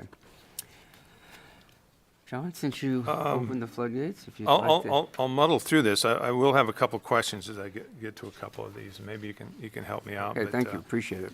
So, and I'll get to that in a second. But so with respect to subdivision -5-23, this matter has come before the Planning Commission tonight, August 8th, and there being a person present requesting approval of item S523, a request for a preliminary plat known as Kaufman Estates, applicant Todd Kaufman, location plus or minus 2.23 acre parcel located south of east side of North 17th Street and East Steiner Avenue and south of Nettleton Gulch Road.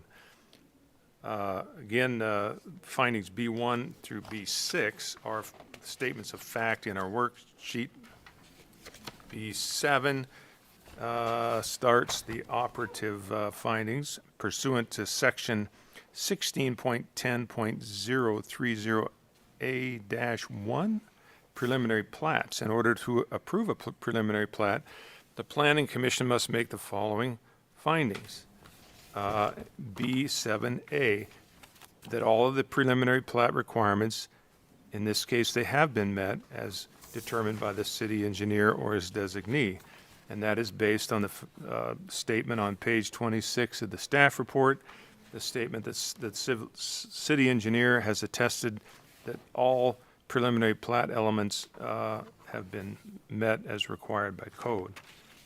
B7B, that the provisions for sidewalks, streets, alleys, rights-of-way, easements, street lighting, fire protection, planting, drainage, pedestrian and bicycle facilities are, I'm going to say, are not adequate because they don't meet city standards. They would only be approvable with the approval of the PUD, which we just denied. Does that work? B7C, that the proposed preliminary plat does not comply with all of the subdivision design standards contained in Chapter 16.15 and all of the subdivision improvement standards contained in Chapter 16.40 requirements. They do not comply in that they would only apply with the deviations had they been accepted with the PUD and the PUD was denied. B7D, the lots proposed in the preliminary plat do not meet the requirements of the applicable zoning distance. This district, again, they would only, they do not meet minimum lot sizes. They do not meet minimum street frontages. They would only be approvable with the deviations had they been approved with the PUD, which was denied. So with that, as a conclusion, the Planning Commission pursuant to the aforementioned finds that the request of Ted Kaufman for preliminary plat of approval as described in the application should be denied. Appreciate that. Thank you, Commissioner Ingalls. First by Ingalls. Need a second? I'll second. Oh, you got Is it, I was just clarifying, is it denied or denied without prejudice? Denied. Denied because the first failed. Because the first failed, okay. Okay, I need a second. I'll second. A second by Commissioner Flemings. Roll call. Shannon, please. Fleming, Agreed. Ingalls, Agreed. Coppice, Agreed. McCracken, Agreed. Messina. Agreed. Okay. Motion is denied. I make motion for adjournment. Second? All in favor? Aye. Aye. Our meeting is adjourned. Thank you. Thank you, everyone.